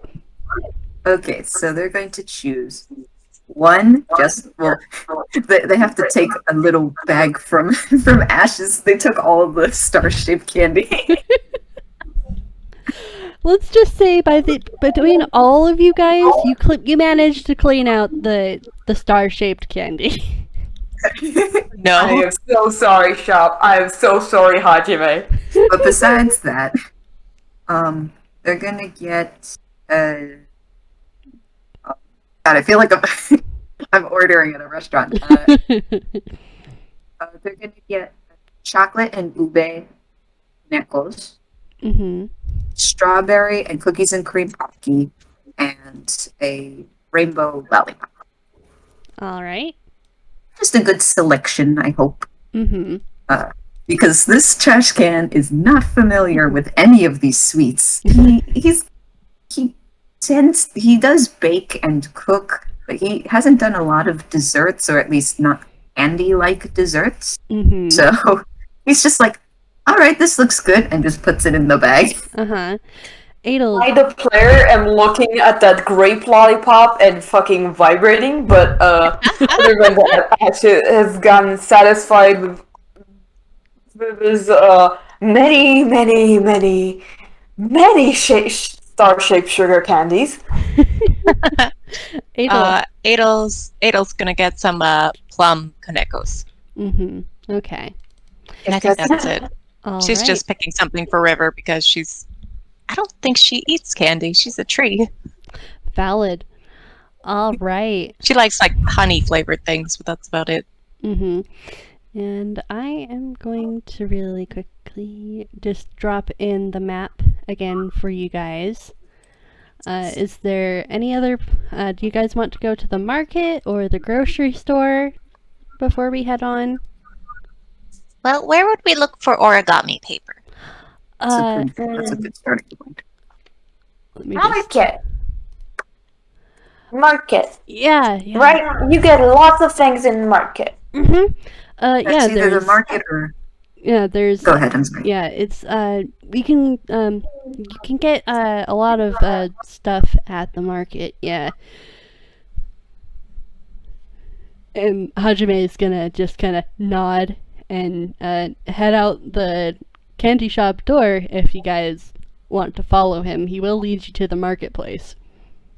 Ash will follow him. Tin's gonna actually get the door for him. Thank you. Thank you, Nix 10. Oh, no problem. And all right, you guys all head to the market then? Yep. Yeah. But as they are going to the market, Ash will glance at the Rangers Guild, since that was the last place they saw the old man. All right, roll me perception again. That's an 11. Never mind. Ash sees nothing yet again. And Edel is also looking because we've established this guy is kind of sketchy. Also, Nope. Tin, you How, can. Ash, how does Edel keep rolling higher than Ash by 1 every time? I won. also, Ash, since the group has mentioned this mysterious person, you can roll perception as well. Perception. Okay, nat 1. All of you guys don't see shit. Let me just really quickly roll for Sammy is plus 4. 8, he doesn't see anything. And then Everyone's just focused on the market. We got all this candy. We got food. And then Hajime's perception is a plus 3, so okay, Oh. 22. Let's see with let's see how they do. Someone sees. Someone is perceiving. And then that's plus 1.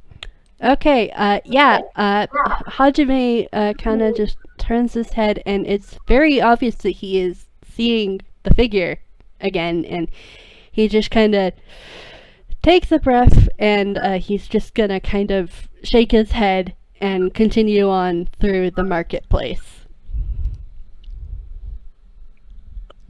And the marketplace is basically a series of stalls that have red tops on them.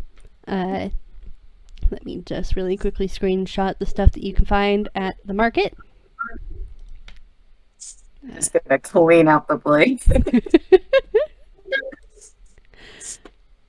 Okay, market, you guys can get... That's the wrong tab.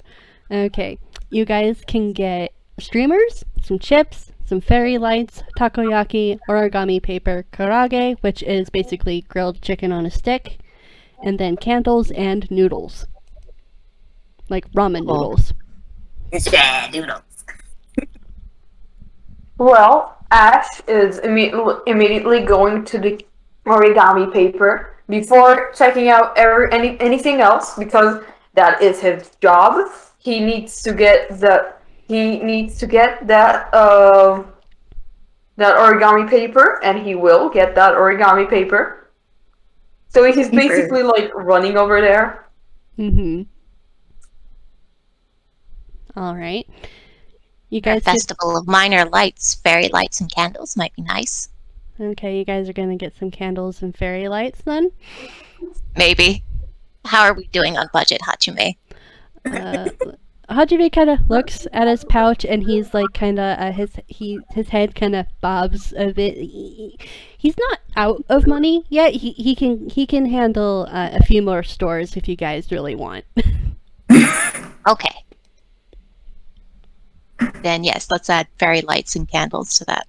Okay. Again, someone tell this child how much to buy because he does not know, and he will he might buy too much. Well, I mean, it's a festival. Tin, do you want to get anything from here? He does look interested in the takoyaki and karage. He hasn't seen stuff that was cooked like that before. Mm-hmm. And for those who don't know, takoyaki is basically a dough ball filled with octopus, and often has little flavorings on top that can go that are like Japanese mayo and scallions and stuff. Like it's really good if you like octopus. Yeah, I've had takoyaki. It's pretty I good. never had it before, so I have to take your word for it. I have had it. It tastes fantastic. I just sadly cannot handle the actual texture of octopus, and I am really salty about it because it was so good. Oh. Oh, yeah, no, I feel you. But even though he's looking, he's going to refrain from buying. Okay. Because he just keeps glancing at Hajime, and he probably ended up carrying a couple bags, or at least one or two, and he's thinking, no, we gotta save some money. I don't know. Okay, I'm gonna actually roll perception to see if Hajime notices that. 19. Oh. He does notice, and he just kind of pointedly looks at you, Tin, and then buys some of the takoyaki and the karage.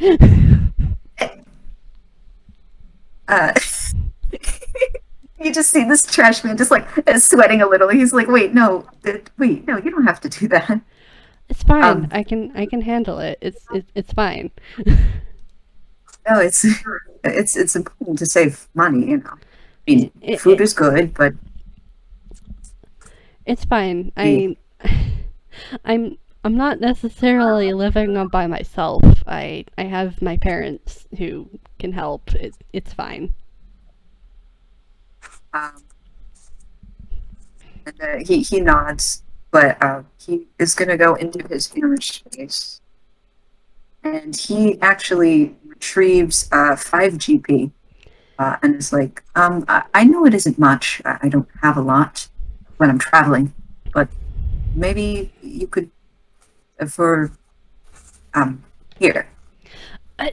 No.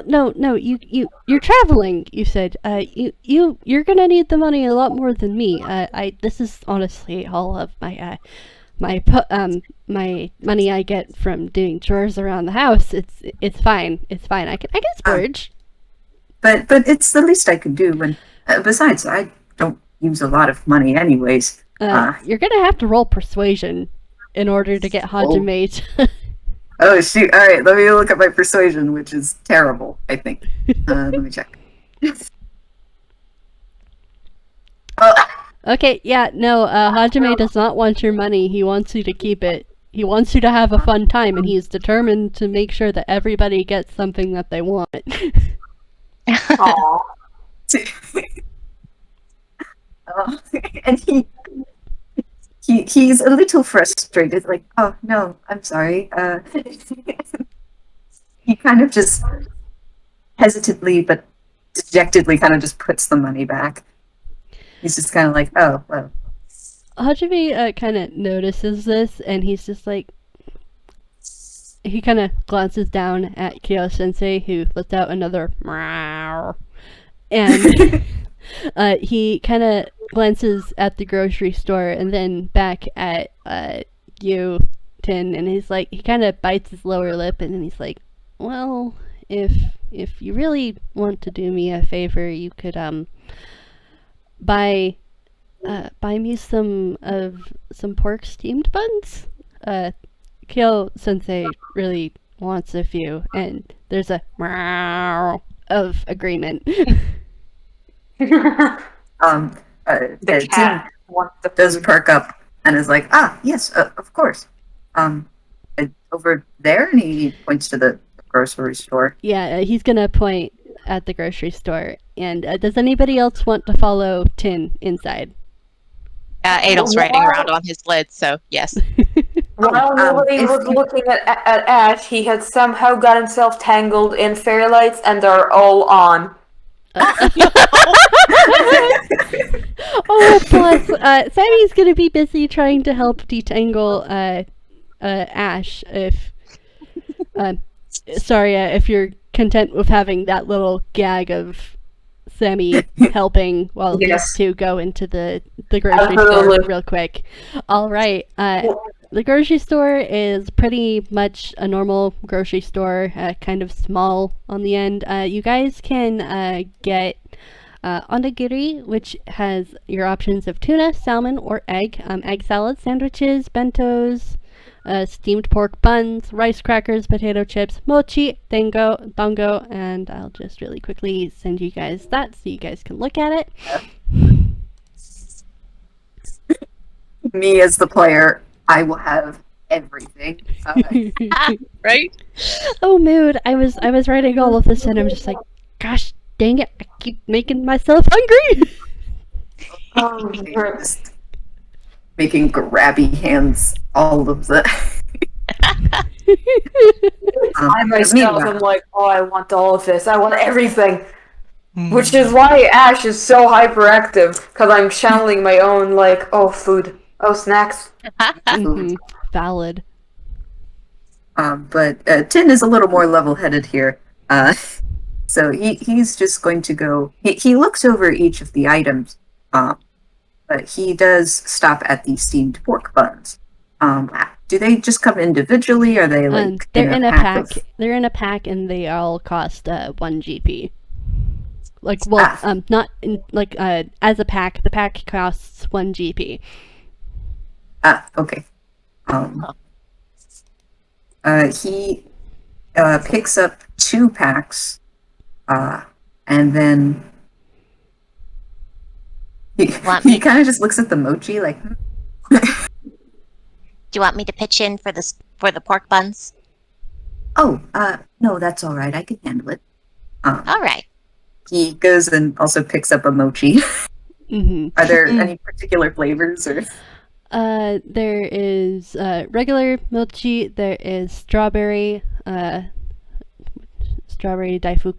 There is also there is also. I'll just go with that. Yeah. Thank you. I forgot to do subsections for the mochi flavor. No, it's okay. I love strawberry daifuku. So All right, so you get some strawberry daifuku. The mochi, I'm just gonna hand wave as no charge for you, just because I was basically orchestrating this so you guys didn't have to spend your GP. well, too bad. He's gonna spend it anyway. Because I recognize that I gave you a bunch of options and I don't want you guys to go broke. It's we'll waive it as a deal. You buy 2 pork. Yeah. Pork You buns. buy 2 pork buns, you buy 2 Get 'em steamed pork buns, and you get some mochi free, complimentary. There's a sale going on. Yeah, he's thrifty. All right, you guys good with the grocery then? Is there anything else you would like, Edel? Hmm. Should we get something a bit more filling than sweets for the snacks for the festival? Are you thinking of some, those? And he points at the onigiri. He doesn't know what he's not familiar with them, but. I think so. All right. It's rice and fish, I think. Except for that one. That one's egg. Yep. Should we just get one of each, or?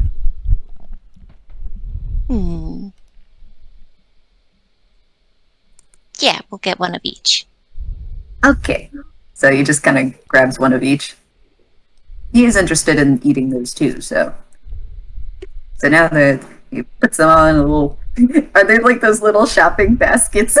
Yes, Oh, there God. is a shopping basket that you can put your food in, all safely bagged and such.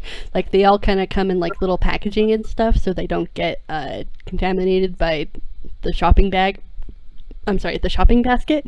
But yes, you guys have a cute little shopping basket to carry. As he's carrying it to the counter, he says aloud, "Oh, this reminds me of the picnics we used to do." Oh? Yes, in my hometown. We used to eat outside sometimes. Nice. So how much will that be? As they're getting them rung up. The cashier, How much are they? the cashier is like just a very plain looking Ghiblian tune, and they kind of just beam at you and are like, 2GP, there's a sale going on Onigiri, James bought a little too much, so, complimentary. Oh, wonderful. All right. And he puts out 2 GP, and Alright. all right. And you guys have successfully navigated all through my gathering food puzzles. Congrats! Oh, yeah.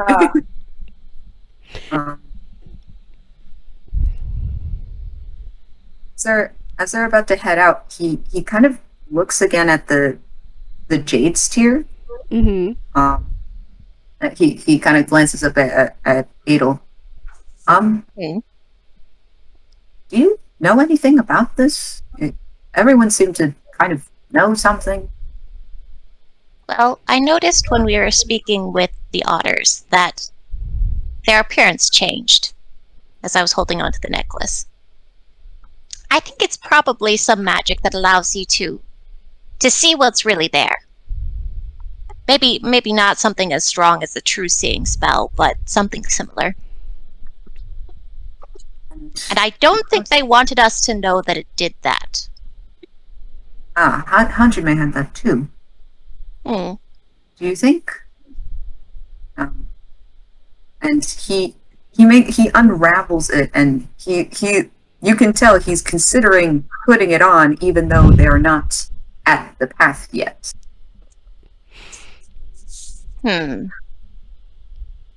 Well, there are pros and cons to being able to see what's really there.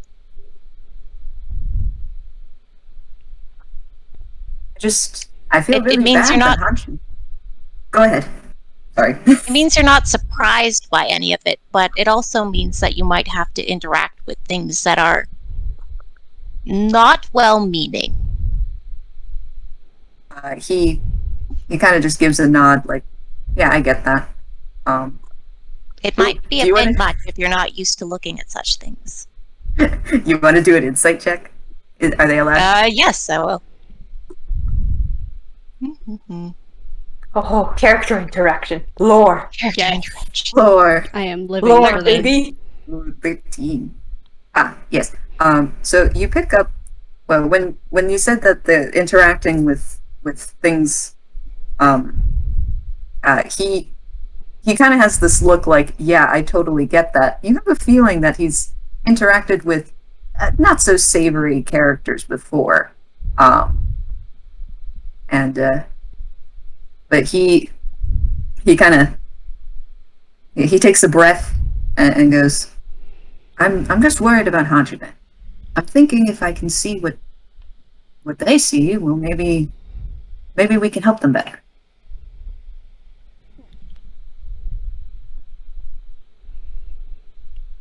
Maybe.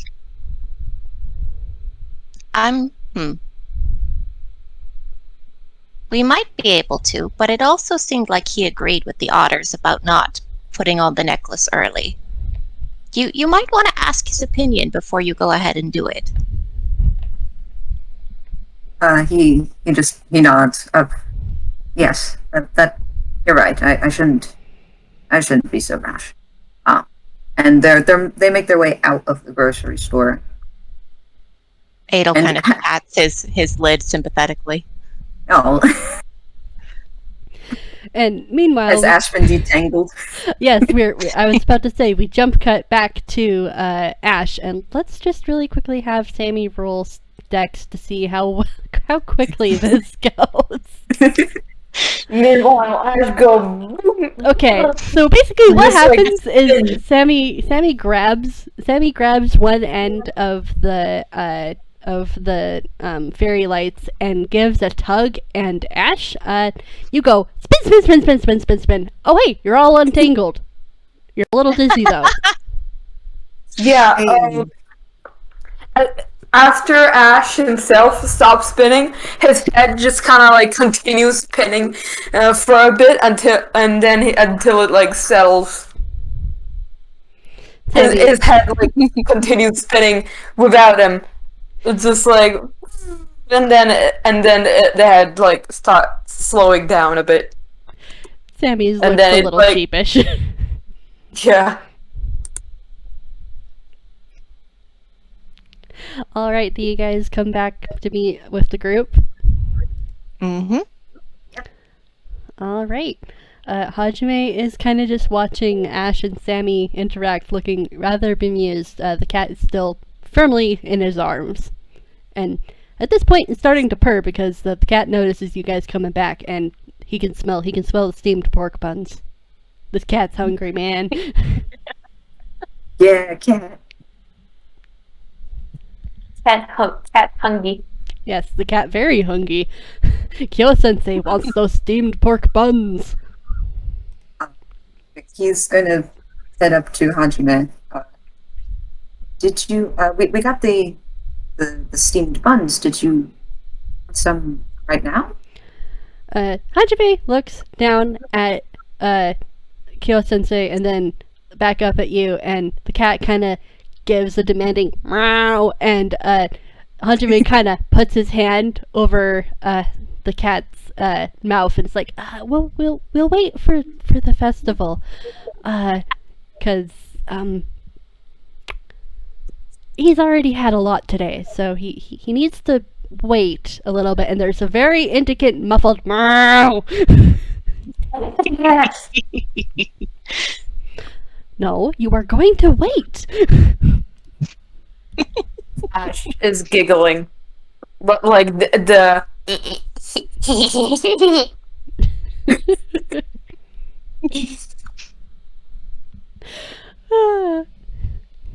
All right.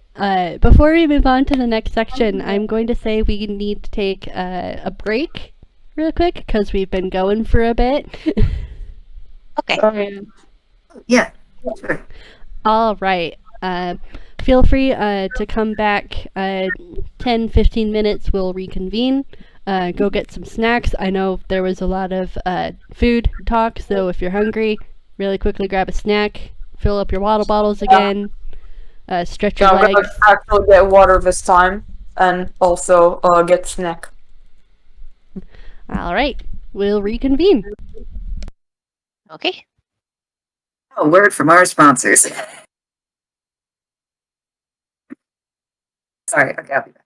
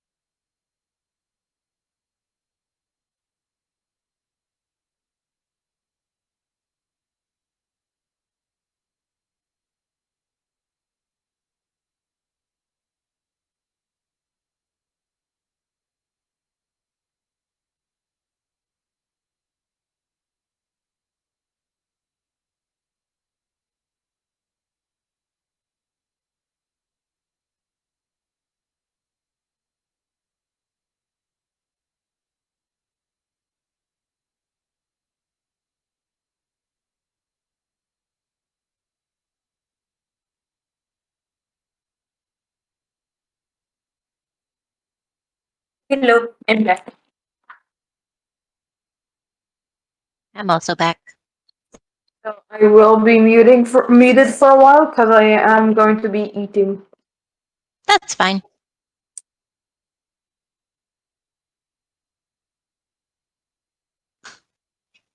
I'm glad y'all like my chaos child.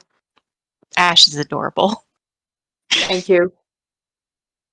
Ash is a little cryptic child who will cause problems. He hasn't had the chance to cause much problems, but the game's not over just yet, so who knows? He-who.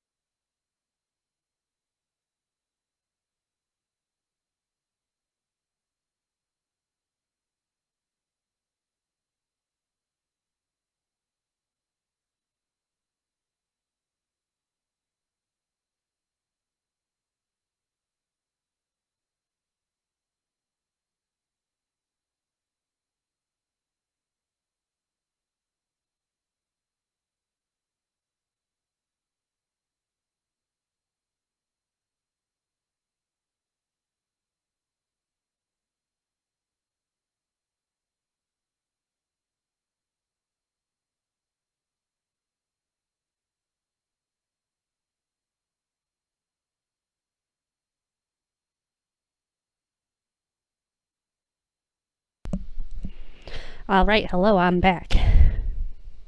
Hello. Hello. All right, how is everybody? Good.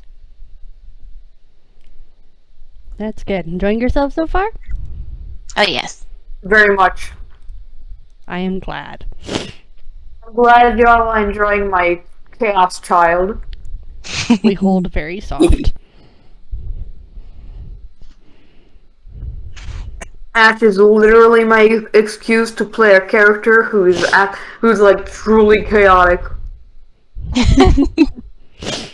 and absolutely fucking stupid. This is a child, Your Honor. This is a child. He is blunt. He will tell you. He will speak as he wants to, and also he thinks that gold pieces are glory pieces. Don't tell him. Alright, we're just waiting for Wick. And also, he's now attached to Sammy because of a rainbow. Rainbow, you're also rainbow. Like me, rainbow. Well, good thing. Rainbow. Sammy is also very attached. Hello, free child. Free sibling. Yes. Old as this child, and don't worry about it.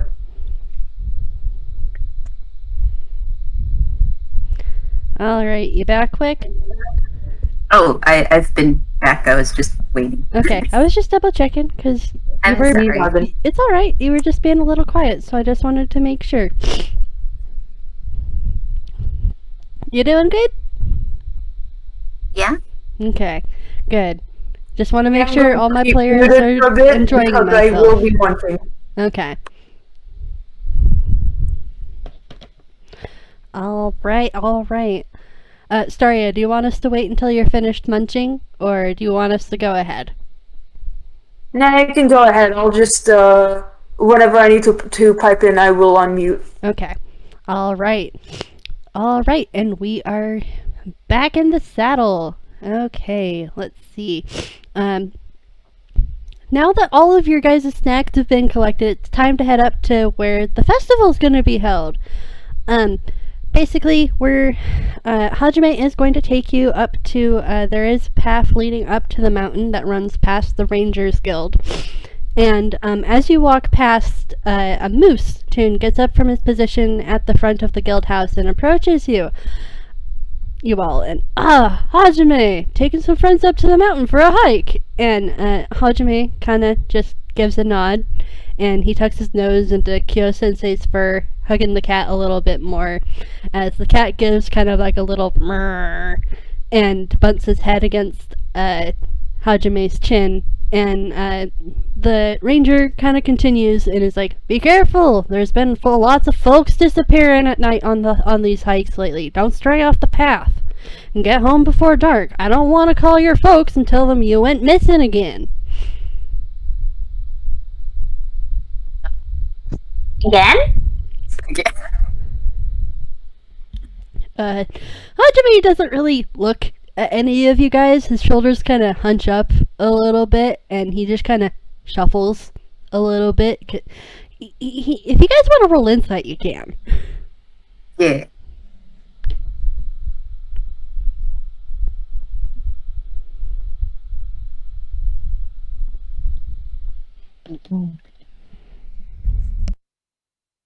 What? That's at 16. My baby boy, somewhat perceives. All right, That's not deceiving. Jin, you kind of just get the fact you get the fact that Hajime is a little uncomfortable. Ash,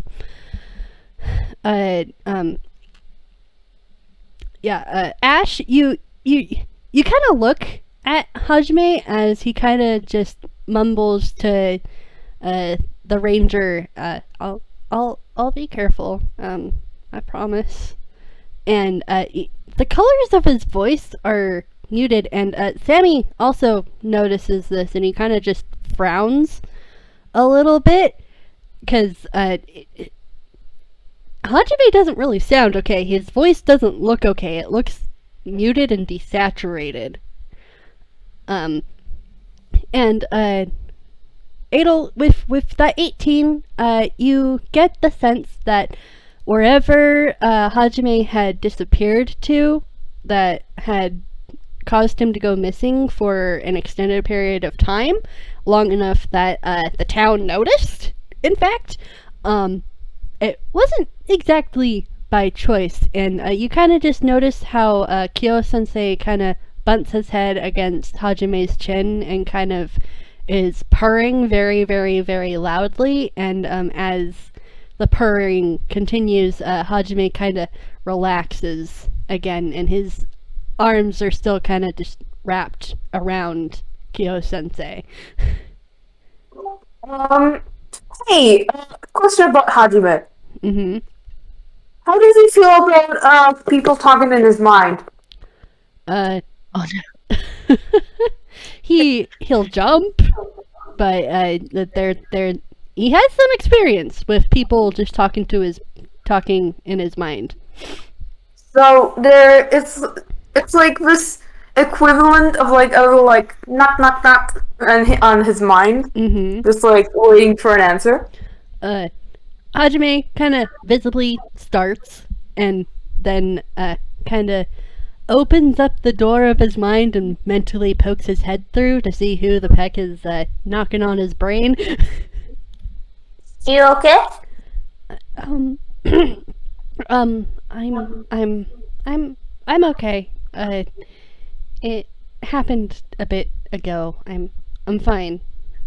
Kyo Sensei's here and he can protect me. It's okay. I'm fine. The others, or is this about something else? I'm sorry, could you repeat that? He asked, "Is this like connected to the others, or is this about something else?" Ash, you kind of get this, like, you see this complicated expression on his face as he, like, it, and you get the distinct impression that, yeah, this is kind of connected to, not the otters per se, but kind of the same type of shenanigans. You get the impression that he gets pulled into things and into things that not a lot of people would believe him or understand very often. It happens to him more than he would like. Before retreating, Ash will just say, we will protect you, so don't worry." Thanks. You don't have to go and do that kind of trouble for me. It's okay. I have Kyo Sensei. It's fine. Okay. And Ash will retreat. Okay. Before like you finally go, you kind of get a kind of like warm sensation of mental pat on your head. He appreciates it. He appreciates the offer. Oh. Okay. So you were saying. Edel notices what she notices, and she's going to jump onto his shoulder and kind of sit herself down, and then she starts like prattling at the moose. She's kind of picked up that this was not a good reminder, so she's going to distract this guy from thinking about it. So she's doing like this old lady prattle on about, Well, I'm sure we won't get lost. I'm a druid, you know, which means I know my way around the woods very well, and I used to go on all of these picnics with my dear Marcus, and blah, blah, blah, blah, blah. She's just doing this old lady prattle. Edel, I love you. I love you. So cute. Oh, yes, thank you, Edel. I love you. We saw this NPC and said ours now. Yep. Yes, good. He needs people. Alright.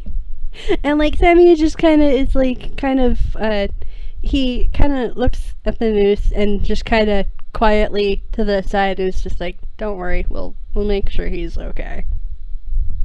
Because he has a barbarian who will punch things, even if he can't see them, he will try and punch them. And there is a there is a small warlock here who will shoot things. Yeah, so the entire group, I assume, has Hajime's back. Yes. Yes. Absolutely. Wick, what's kind of Tin's entire reaction to the fact that oh boy, this kid was missing for a bit? Jeez.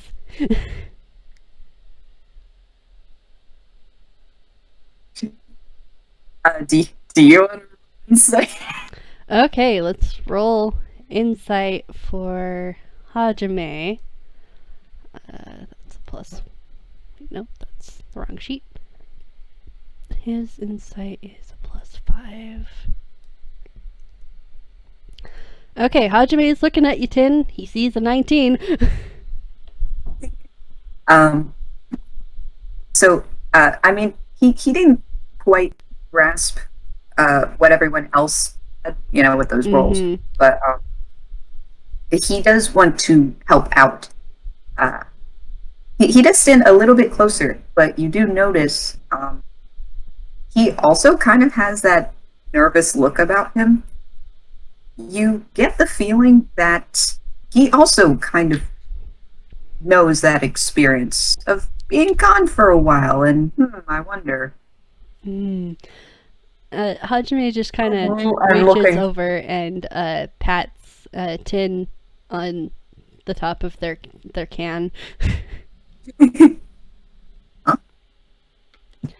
Just, and like you kind of just get the sense of, yeah, Hajime gets it. And he just kind of bows a little, like he bows carefully because Edel is on his shoulder now. He kind of does a little tiny bow to the Moose Ranger, and then it's like, we'll be hiking for a bit. I do have some lanterns. We probably won't be heading back until a little bit after nightfall. But it's okay. I know the path. And I can shoot up a flare if I need. It'll be okay. Just gonna roll to see if Natsume can Hajime can manage to persuade the moose to just let them go, and with a dirty 21, he's gonna say that all of the look, I'm prepared. I'm a responsible hiker. You can let me go. I have friends. I'm not hiking alone, to let you guys go on ahead, and it works with that 21. Mainly, honestly, because all of you guys are with Hajime. I mean, I can always also roll persuasion to see how much more it adds. If you guys want. What? If you guys want, you can roll persuasion as well. Wait, no, that's the wrong thing. E0. That's a 17. Okay. Anybody else Nice. want to roll persuasion? Just to be extra persuasive. Because why not?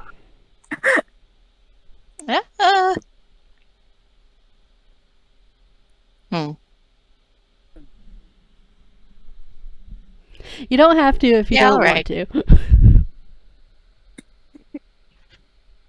I mean, Hajime seems to have this. Yeah, the both of them seem to have things handled.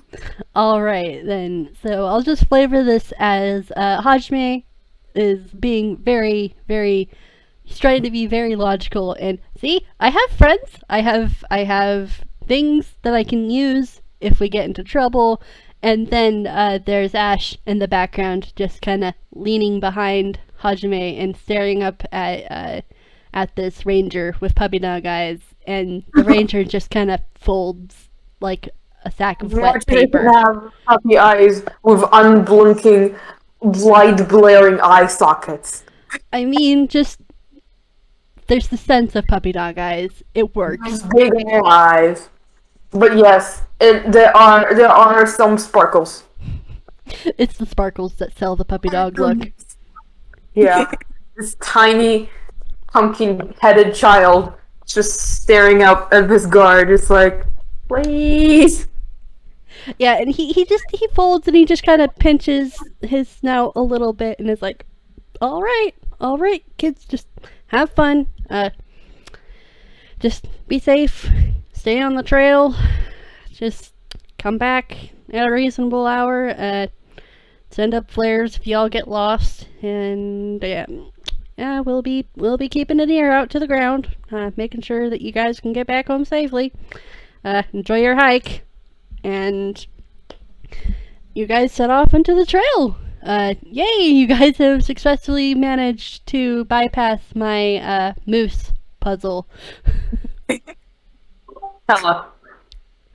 And the path leading up to the mountain is a long and winding series of switchbacks. The trees are thick here on the mountainside, and soon you can't really see any glimpse of sky, and the shadows are getting a bit dark. You guys have been hiking for a while, and I'd like you guys to just make a quick con save just to see how you guys are faring, because it's a bit of a long hike. What save? Con. Con save, you say? Okay.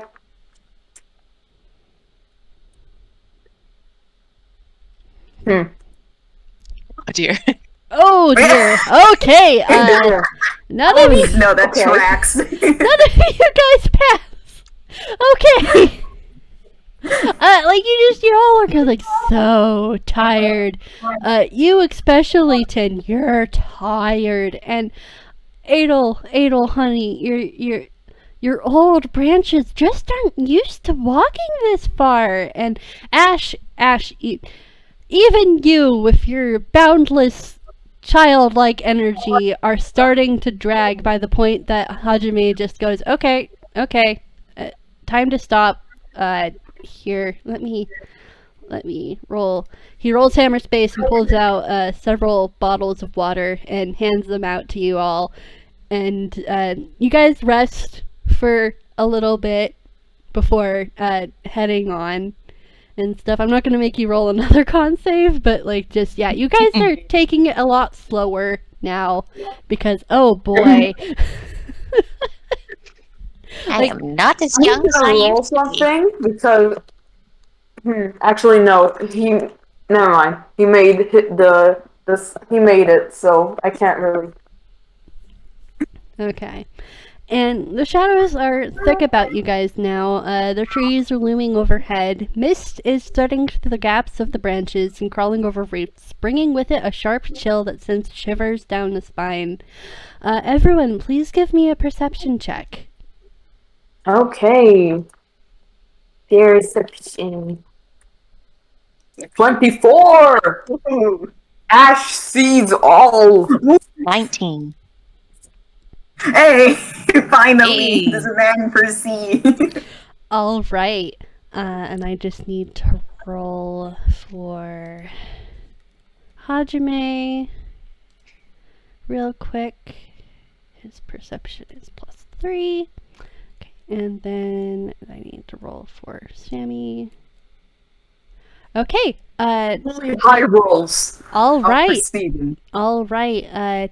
As you guys continue, you guys see the forest kind of change from just shadowy and full of mist to something a bit different. It takes a moment to reveal itself, but you guys start to see these glowing blue lights start to light up the path and lead you forward through the mist of this forest. And as you keep going forward, you guys start to hear the faint but familiar sound of an otter yelling. Oh my god. Oh, also, dear. I forgot to ask, did everybody put on their jade tears necklaces? Well, now that they're actually on the mountain, Ash, I'm gonna roll hammer space because Ash did put his inside of his head. That's not a fumble, so yeah. He pulls it out and puts it over his head. Don't question how it fits over his big ass pumpkin head. It does. And how it's not caught on the giant spike that is making a hole in his head. Don't worry about it. It's Toon logic. It's fine. Yep. Watch it. Yes, Yeah. definitely tune logic. Because this trash man very round. He puts it on. Yep. But yeah. Edel kind of doubles the strand so that it will fit as a necklace. Mm-hmm. And All right, so you guys are all wearing the necklaces. It's interesting to note, Sammy does not have a necklace. This will be interesting. She's holding Sammy's hand. Mhm. Oh, The non-claw hand. Good. He's kind of just looking around, just taking in the fact that it's very misty and stuff. Just like, huh, okay, this is interesting. Where are we going again? And as you guys keep going forward, you guys enter into a clearing. And, well, now you guys can see River and Audie, and River is once again yelling. There's no Gale to be seen. There's no giant bluebird. There's no bluebird. But like the clearing is surprisingly empty. There's a bit of like some wood at the far end of the clearing, surrounded by trees and such, with spaces in between. But you don't really see any stalls or anything that you were expecting. Oh dear. And just there's a very angry blue yukata wearing otter yelling kind of just in the distance, kind of facing back to you, but Audie looks up and she is like, oh, River darling, they're here, hello, adventurers. Oh, it seems like you picked up some friends. Oh, hello, Hajime-kun, it's so good to see you. And Hajime just kind of heaves a very long, tired sigh. This dude is very tired. We brought the snacks. We're at the festival. Yes, you're in the festival grounds. Welcome. Slight issue. I'm not even sure if we really are gonna have a festival because, she starts kind of worrying at her paw pads and stuff, and River kind of just breaks off from where he was yelling in the language that you all don't really understand, and he kind of just heaves his Stortons and just mutters like, Gale heard about the fact that we asked to pick mother, grumble, and then he's just like, sorry to ask you for more help, but the folks that were supposed to be setting up didn't really show up in time. I don't think they are gonna be showing up, and we could need some help setting up some extra helping hands, I suppose. If y'all would be so kind. Okay.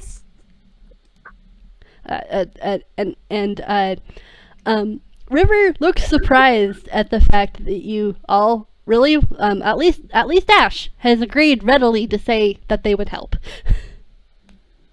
Listen.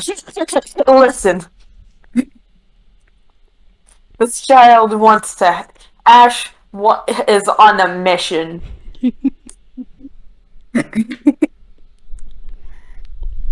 Well, sure, if you think we can help.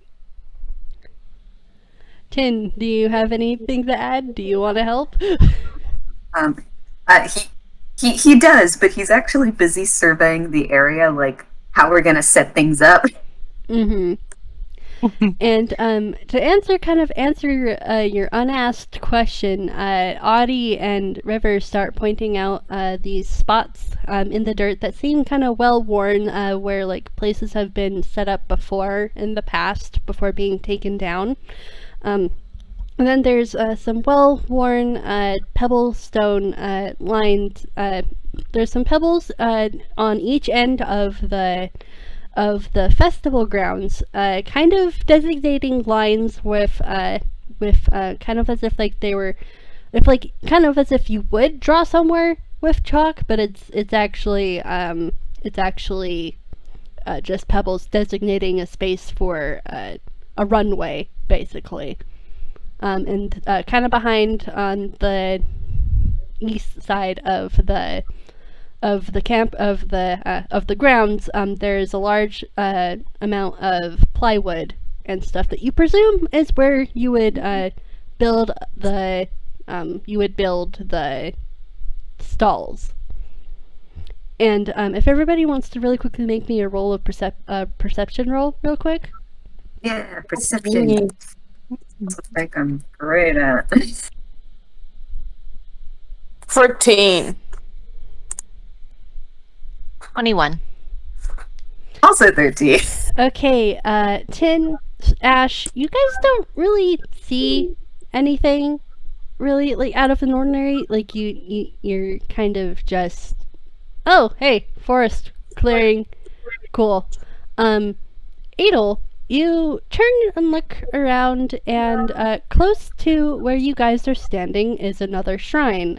It's bigger than the one that you saw on the path heading into Hitoyama, and it's more well kept. There aren't any cracks. The stone is darker. It looks more polished, and there are several actual offerings on the basin of the altar that is in the shrine, with flowers, a little bits of food that you don't really recognize, but like seem kind of to resemble the food that is on Pear for Ghibli. It just looks slightly off, kind of. And there Like, is some. real kind off, or It looks like it. You're not entirely sure what it is. It looks kind of similar to real kind, but it looks weird. Like it's because if nobody stops him, Ash will try to eat all of it. Ash does not see this. Oh, okay, never mind then. Ash You are has- safe from the child. Ash has not noticed the offerings. This is only what Edel sees. Oh, it's offering, but it's a good thing Ash didn't see it. Jesus. And I was it's half paying attention, then I heard food. I'm like, oh, Ash would like that. but yeah, so this shrine looks a lot more well kept and actually visited. Like people remember Nashi here for some reason. You don't know what's up about that. You don't know why there's this dichotomy between down in Hitoyama and up here in the mountains in this odd. You don't know what these people are, but you know they're not tunes or real kind. Oh, Is there a roll I can make about that, like Arcana or Nature? You can roll. I'm trying to think of what you would roll for this. Roll me religion, actually. Oh, okay. Let's see.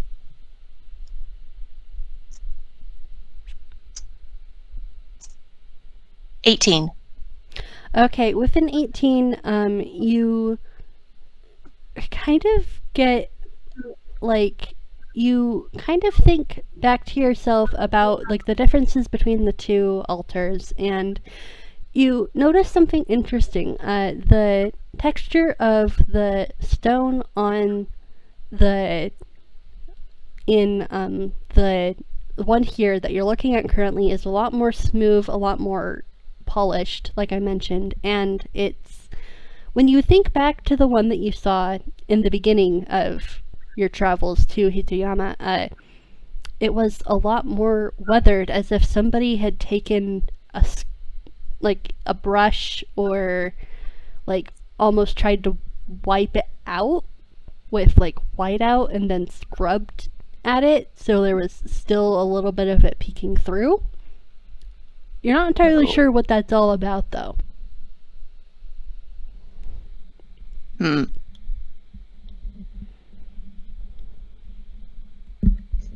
And that's all the lore I can give you without dipping into spoiler territory that we're not ready to go into yet. Okay. This is the first episode. Yep. And, Okay. Well, Edel is going to go over to the shrine. mhm. And she left dried fruit at the other one, but I think for this one, she's going to reach up and pluck one of the white flowers from her branches and put it on the shrine. Oh, hold soft. So, do we see If, this now? Well, Edel, are you being at any point stealthy at all, or are you just walking to the shrine? I don't think she has a reason to be stealthy, so I Mhm. think she's just walking. Then yeah, you both see Edel walk up to the shrine, and now you see the shrine. Huh? That's interesting. You didn't think there was a shrine before, huh? Okay. Well, okay. I'm trying to see what Ash would put on this. Nobody see it, and he knows that, like, yes, this is stuff I need to put. Well,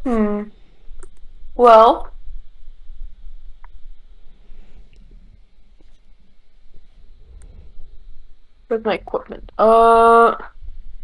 He will. Well, I'm gonna go into his hammer space first of all. Mhm. Alright, that's not a fumble. So he will put his hand in, like, rummage around, and his hammer space is in his head, so he will put a hand in his head and, like, rummage around in there. And he will take out a handful of miniature pumpkins. It's like those, like, tiny pumpkins. Mhm. And he will place them near where Edel put her flower. Mhm. Tin, do you want to do anything at the shrine? He is also going to go into his hammer space. He kind of rummages for a bit and is not quite sure what to place, but then he takes out this neatly folded handkerchief. It's very nicely embroidered. It seems kind of like it gives off like this homely feel to it. Kind of comforting. And he goes over and places it next to the other offering. You guys are so nice to Nashi. Nashi loves you guys. We love Nashi as well. We love them. I have not met them yet, but I love them already. Ash is not yet sure what a god is, or a wind god, or god wind, or windy god. But if they're happy with the flowers and now the little pumpkins, he will give more. As you guys finish setting up your offerings to Nashi, there is a warm breeze that kind of blows through the opening blows through the clearing, bringing with it that same sakura that aren't blooming. There's no blooming sakura anywhere, and kind of sweeps around the shrine. It doesn't take the offerings, but there is a sense of happiness with the way the wind is swirling around you guys and tugging at your clothes and your hair, and you kind of look around, you kind of hear like this kind of little sniffle, and Ati kind of uses her the bit of her sleeve. Yeah, her sleeve. I couldn't remember what that was called for a moment. Jeez. The corner of her sleeve to kind of dab at the corner of her eyes, and she's just like, Nashi will be so happy that you guys put something in their altar. It's so nice. I only thought that Hajime would be doing that sniffle, sniffle, sniffle. Oh. And like River just kind of reaches over and pats at Audie's shoulder, and he looks confused. He doesn't really get it, but it's something that makes his date mate happy, so he's willing to put up with the talk about Nashi and offerings and stuff, and he's like already kind of sniffing around at the bags that you guys have, because candy, and River notices that and like then just kind of grabs him by the collar and drags him over by the wood pile and is like, "No, you are helping set up. You can have snacks later." Ah, right. We must set We up. have snacks for the festival. Yes. And candy. Lots of candy. Oh, good. River will be extremely pleased. You go over there, River, and actually be helpful and not... I love you, but please, this is not the time to get distracted by food. And she's going to direct you guys over to one side of the clearing to just put the bags down for now, because we don't really have any tables to put them on yet. And she is then going to direct you guys. You guys can help stack. You can help build the stalls. You can also hang up some banners and the fairy lights. And then there's also another activity, but we'll first focus on either the stalls or the banners, whichever you want first. The hanging up of stuff or building stuff. Ash will go towards the banners. Okay, what are the others doing? I think Edel will be most useful in hanging things up. Okay. So, But she so can Tim will like help hold build. nails in place when we go to build stuff. Mm-hmm. Yeah. Okay. And Tin, are you also wanting to help hang things up first? Oh, he was going to help with building stuff. Okay. Let's first focus on the building stuff. Sammy will be helping you build stuff. I am going to want you to roll dex. Okay. Wait, just straight decks? Wait, actually, first, I want you to roll strength. Sorry, I have strength. Yeah, just to see if you can actually lift the wood together. Does he lift? And lift. You even lift the... Okay, and Sammy will be rolling to help, so it's not Oh, just no, you honey. alone. So that's a +2.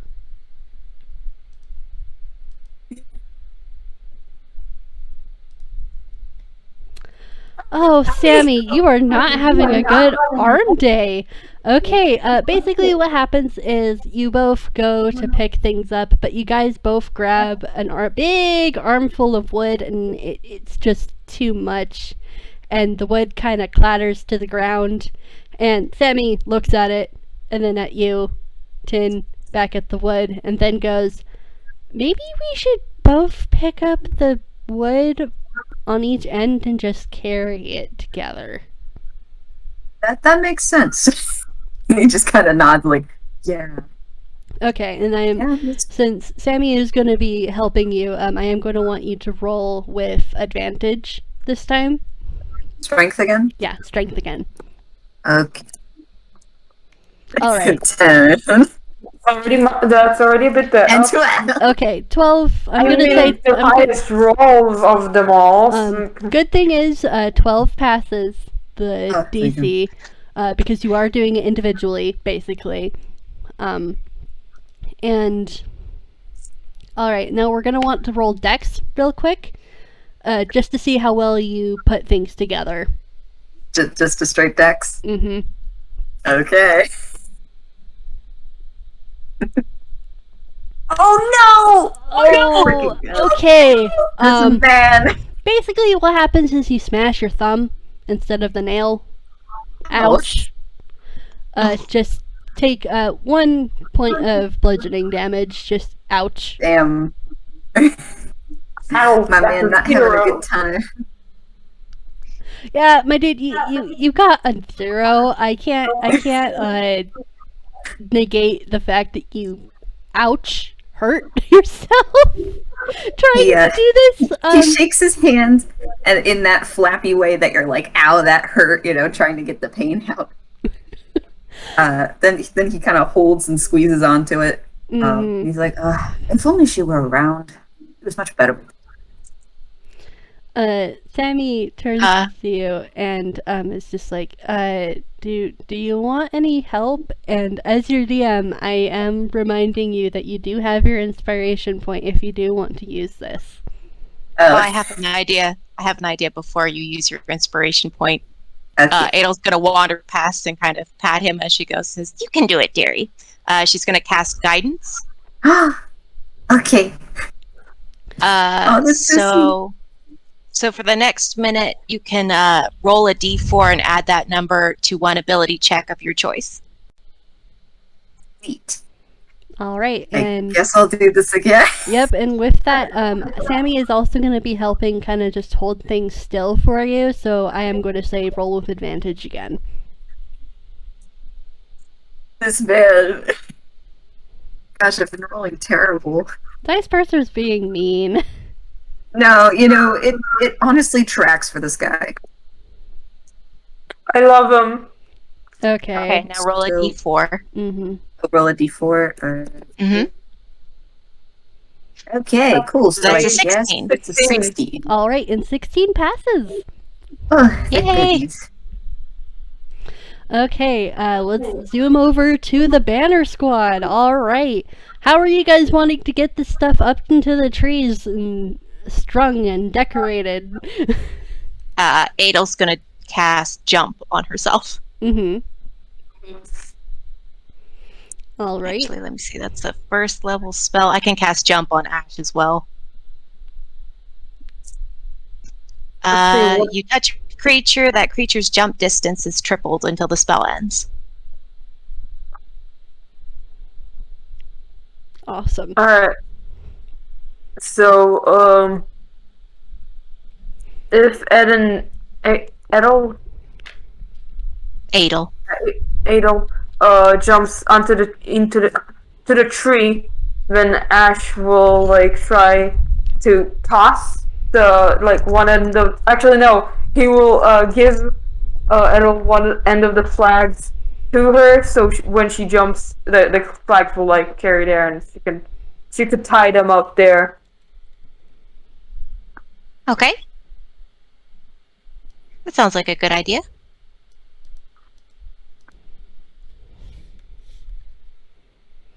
All right.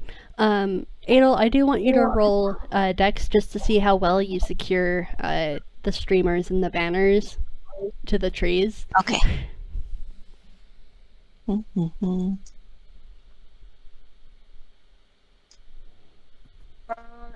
Can I say that Ash is giving the aid action? Mm-hmm. How are you giving Edel aid? He will, from his place, try to direct where the stronger branches that she should tie to. Mm-hmm. Okay. Yeah, I'll count that. Yeah. So, Edel, you have advantage. Yeah, you have advantage now. Okay. Oh, that's that's a 20. Damn. Oh, you don't need that. Those flags are secured. All right, you guys have managed to secure everything. It looks fantastic. As you get safely to the ground again, Hajime comes up with several paper lanterns that he has been busy making, and he kind of holds one up and then holds up the supplies for the other lanterns and is like, do you guys want to make lanterns with us? Oh, yes. Yeah. All right, everybody, I want you guys just to make either plain Dex save, or not dex, dex roll, or a sleight of hand. Okay, both of those are the same for me, so I'm just going with plain dex. That's an 8. Never mind. It's okay. I'll probably do worse. 18. Yeah. Okay. Oh Edel, you make a really fantastic paper lantern. It looks fantastic. It fits perfectly in your tree branch arms. Tin, Ash, I'm sorry, but they kind of just wobble a bit and then just go. Pew! I think why Oh, Ash dear. had so much trouble is because one of his hands isn't one of his hand is like nubbin hand, and the other one is like claws. And Hajime kind of sees the wilted states of your lanterns, and he's going to help. And he kind of shows you how to actually secure the sticks and the paper and fold everything so it actually works and actually holds the candle that it's supposed to hold. And I want you guys to roll again, but with advantage. Okay.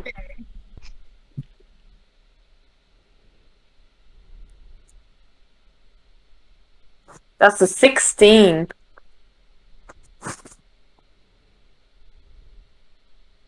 This man just does not know arts and crafts. Yeah, it Honey. just kind of gently deflates, and Hajime looks Oh, at this no. and then just kind of gently hands you his paper lantern and makes himself a new one. Oh, you don't have to do that. I'm sorry. I'm not very good at these kinds of things. It's all right. She was always better than that. It's okay. You don't have to be perfect at everything. Oh, I understand. No, I'm not. I'm only really good at cooking, and even then, well, I still have something to learn. Hajime kind of turns and is like, you cook? Yes. I used to work in a tavern. See, of course, I used to do janitorial work naturally, but the tavern keep noticed I knew how to cook, so then he moved me to cooking stuff. Mm-hmm. Yes, that worked out pretty nicely. And as you guys kind of are building and setting things up to rights and such, slowly the clearing starts to fill up with what you are not quite sure what they are. And I want everybody to roll me Arcana real quick. Oh boy, Arcana, my favorite skill.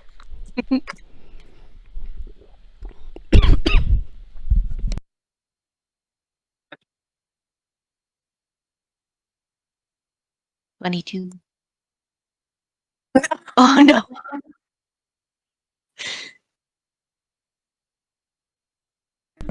All You know right. what? Maybe you should just sit this one out. Oh no. Edel, you're the only one who everything kind of slots into place as you watch these beings come into the clearing. Some are toony and strangely flickering and eldritch for some others. They're shadowy and slinking silhouettes for others. And others, well, they're uncomfortably real. Toonish features and real kind faces, uncanny and strange. And everyone notices everybody kind of coming in. But you, Edel, it finally clicks. These are yokai. Oh. Doesn't see anything wrong with these people. Gosh. I think they're Same here. It's just like, that's oh, crap. normal. Yes, these are perfectly reasonable individuals who are here for festival. Yeah, this is normal. Ash doesn't see anything wrong with this. And Audie and River rattle over to you. Sorry. River, Both the otters waddle over to you. They're beaming. Hajime's cat is currently yowling at the stall that has currently loaded with all of the snacks you guys have gotten. Turning around Hajime's legs while Hajime talks to a very tall, live being in a lilac kimono. Their neck is stretched out down to near his head like a gummy giraffe. But Hajime doesn't look bothered to be talking to this being at all. And you guys are now able to partake in the activities of the festival. The festival is going. There are some carnival games. You can do a strength contest with some rope run by this flowery yokai that has a few tsubaki blossoms in her hair. There is some fish scooping run by a monkey. And then there is a one-legged yokai that has a fire-breathing chicken under one arm, kind of sitting at like the place where, standing at the place where you guys kind of noticed that there was the pebble markings. You finally figured out what that's for. It's for racing. Oh. So if you guys really want, you guys can play a few rounds of the festival game. You can have snacks. Yeah. Ash wants to race. Alright. Anybody else want to race Ash? You said it was a fire-breathing chicken? Yeah, underneath the one-legged yokai's arm. Unfortunately, I think Edel's going to avoid that part of the fairgrounds. Valid. Tin, would you like to race Ash? Admittedly, he cannot hide that he is rather deflated from not building the boots quite right, not making the paper lanterns. He just seems kind of dejected. He's trying to hide it, but it's pretty obvious. I'm gonna roll insight to see if Ash notices. Okay. 15. Yeah, you can tell that he is trying to look cheerful and maybe helping direct a couple people to different food stalls, but yeah, he's kind of a little. Oh. I'm just gonna lose on purpose then. I love Ash. You can roll insight to see if you realize, but I'm gonna roll deception to protest it. Alright, so we're gonna race. Wait, how do we do this? I want you guys to roll athletics. Can I roll with disadvantage to Yes, you can roll with disadvantage. Edel's gonna watch this race from a distance. She is watching, she's just not getting anywhere near the fire. I mean, that's a nat 1, so we can't have any. Say, are you sure? I'm kidding. He didn't do anything. Well, you do Still a lot beats the better line. than Ash.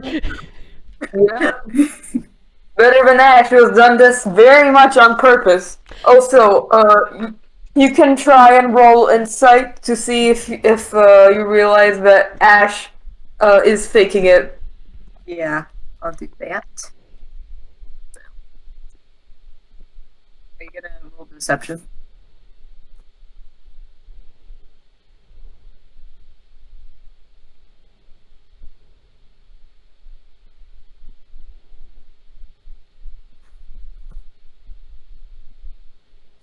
Deception, yeah. Yeah, I'm not beating that. If anything, he's more concerned because it kind of looked like you tripped and like crashed in it. I imagine you crash into one of the candy stalls or something. Maybe. He makes it look very convincing with that 26. He's just wondering if you're all right. And Tin, you get, as a prize, you get a gigantic stuffy. What is Tin's favorite animal? That is a good question. Slash- Wait, I know. Mm-hmm. It's a chicken. Not the fire-breathing chicken, but a chicken. Chicken. And Giant chicken club. it was initially just a giant kind of formless blob, and then as soon as you wrap your arms around it, Tin, it turns into a gigantic chicken. It is very cuddly. And his eyes are sparkling. He's like, oh, And this would be perfect. Ash, since you were racing, Tin, I am going to say you got second place because I'm sure there were other people racing with you guys as well, and you get a medium stuffy. What is Ash's favorite animal? That sure is a question, but I don't know the answer to.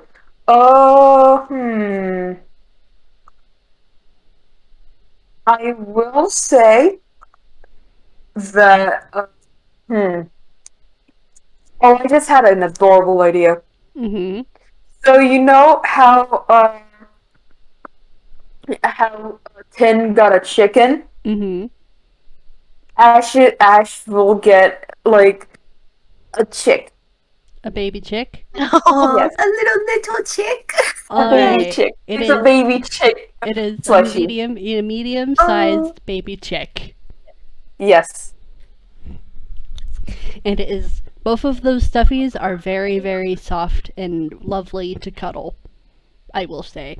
You also, Thanks. you guys also can do a strength contest or fish scooping if you guys want. Edel will Ash do will the go- strength contest. You'll do the strength contest. Yeah. All Ash right. has a terrible strength, but he will try. And so will Tin. He's right. feeling a little better. He's like, you know what? I could try it. All right, you guys. I want you guys to roll strength for me. That one. Oh, hey! Okay. And To paint the picture, Ash, you try, but your opponent grabs the end of the rope and yoinks! And you go flying across the festival grounds and crash land into the goldfish bowl area. Yeah, I was about to say Ash crashed into the water. No. Yeah, you are now swimming with the goldfish, and the monkey is trying to fish you out. Please roll a dex save. Oh boy, what's my dex save? That's just a That's a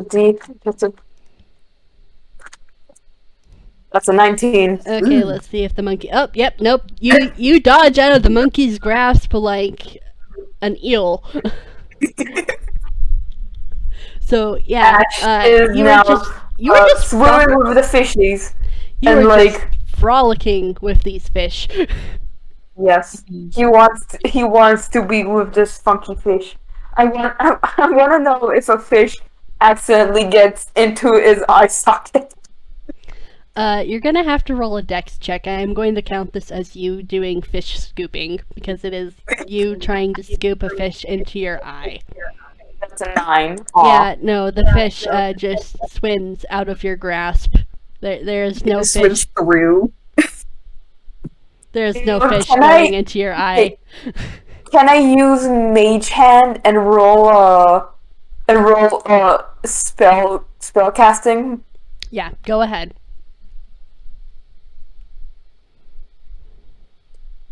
$19. Okay, you manage to catch the fish and plunk into the as you scoop up the fish, it kind of there is basically an orb of water that kind of just automatically surrounds the fish right before it goes into your eye socket.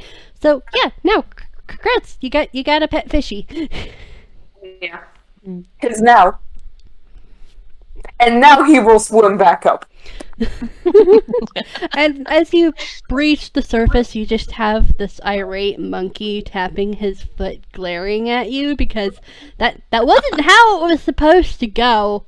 You kind of broke his game, sir. Ash will do the up emotion. The monkey grabs you by the scruff of the neck and then deposits you onto the ground. Like, I am not having you I am not having you roll dex for this. You were made the uppy hand motion. Yeah. He is now. He was basically like, yeah, I'll go out now. And as soon as he on land, he immediately rolls around. He just immediately goes into a giggle fit, just because that was so funny. The monkey just kind of stares at you before handing the next customer on his list one of those paper wands that actually traditionally you're supposed to use to goldfish. Imagine doing anything traditionally. This tiny CGI has broken all of your rules and is unashamed about it. Okay, Edel, you manage to win the strength contest, and you win a coupon for the Autumnal Sky Bakery, and you get the distinct impression that this had been a gift from Hajime to another yokai somehow. And very nice. So yeah, now you have the a fact coupon. that she won a strength contest is hilarious because she's 5 inches tall. Yeah, because she's tiny. It's just like that scene. Tiny. It's like that scene with the in Kung Fu Panda with the mantis. Yes. Yes. Just holding everything up.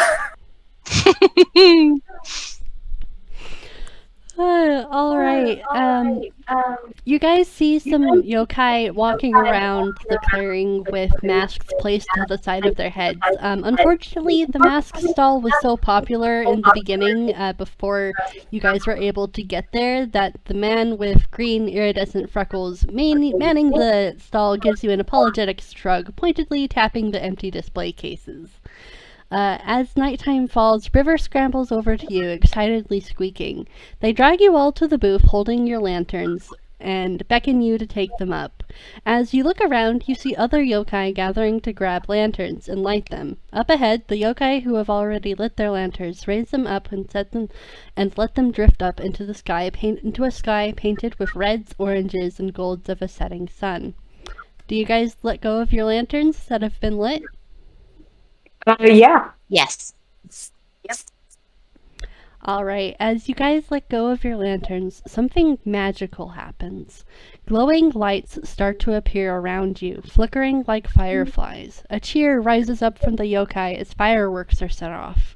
River is jumping up and down, darting around the clearing with an excited yell, while Audie follows at a more sedate pace. They reach you and hold out a flickering jar for all of you, full of these little glowing lights. And I am just going to hand you guys the final image. Ooh. Ooh, pretty. And that's lovely. this is Summer's Minor Lights, a jar of light that emits 30 feet of soft, faint light, enough to read a book with, often confused with fireflies. It needs a recharge every week with a cantrip spell. It can be used as a nightlight and is rumored to soothe those scared in the dark.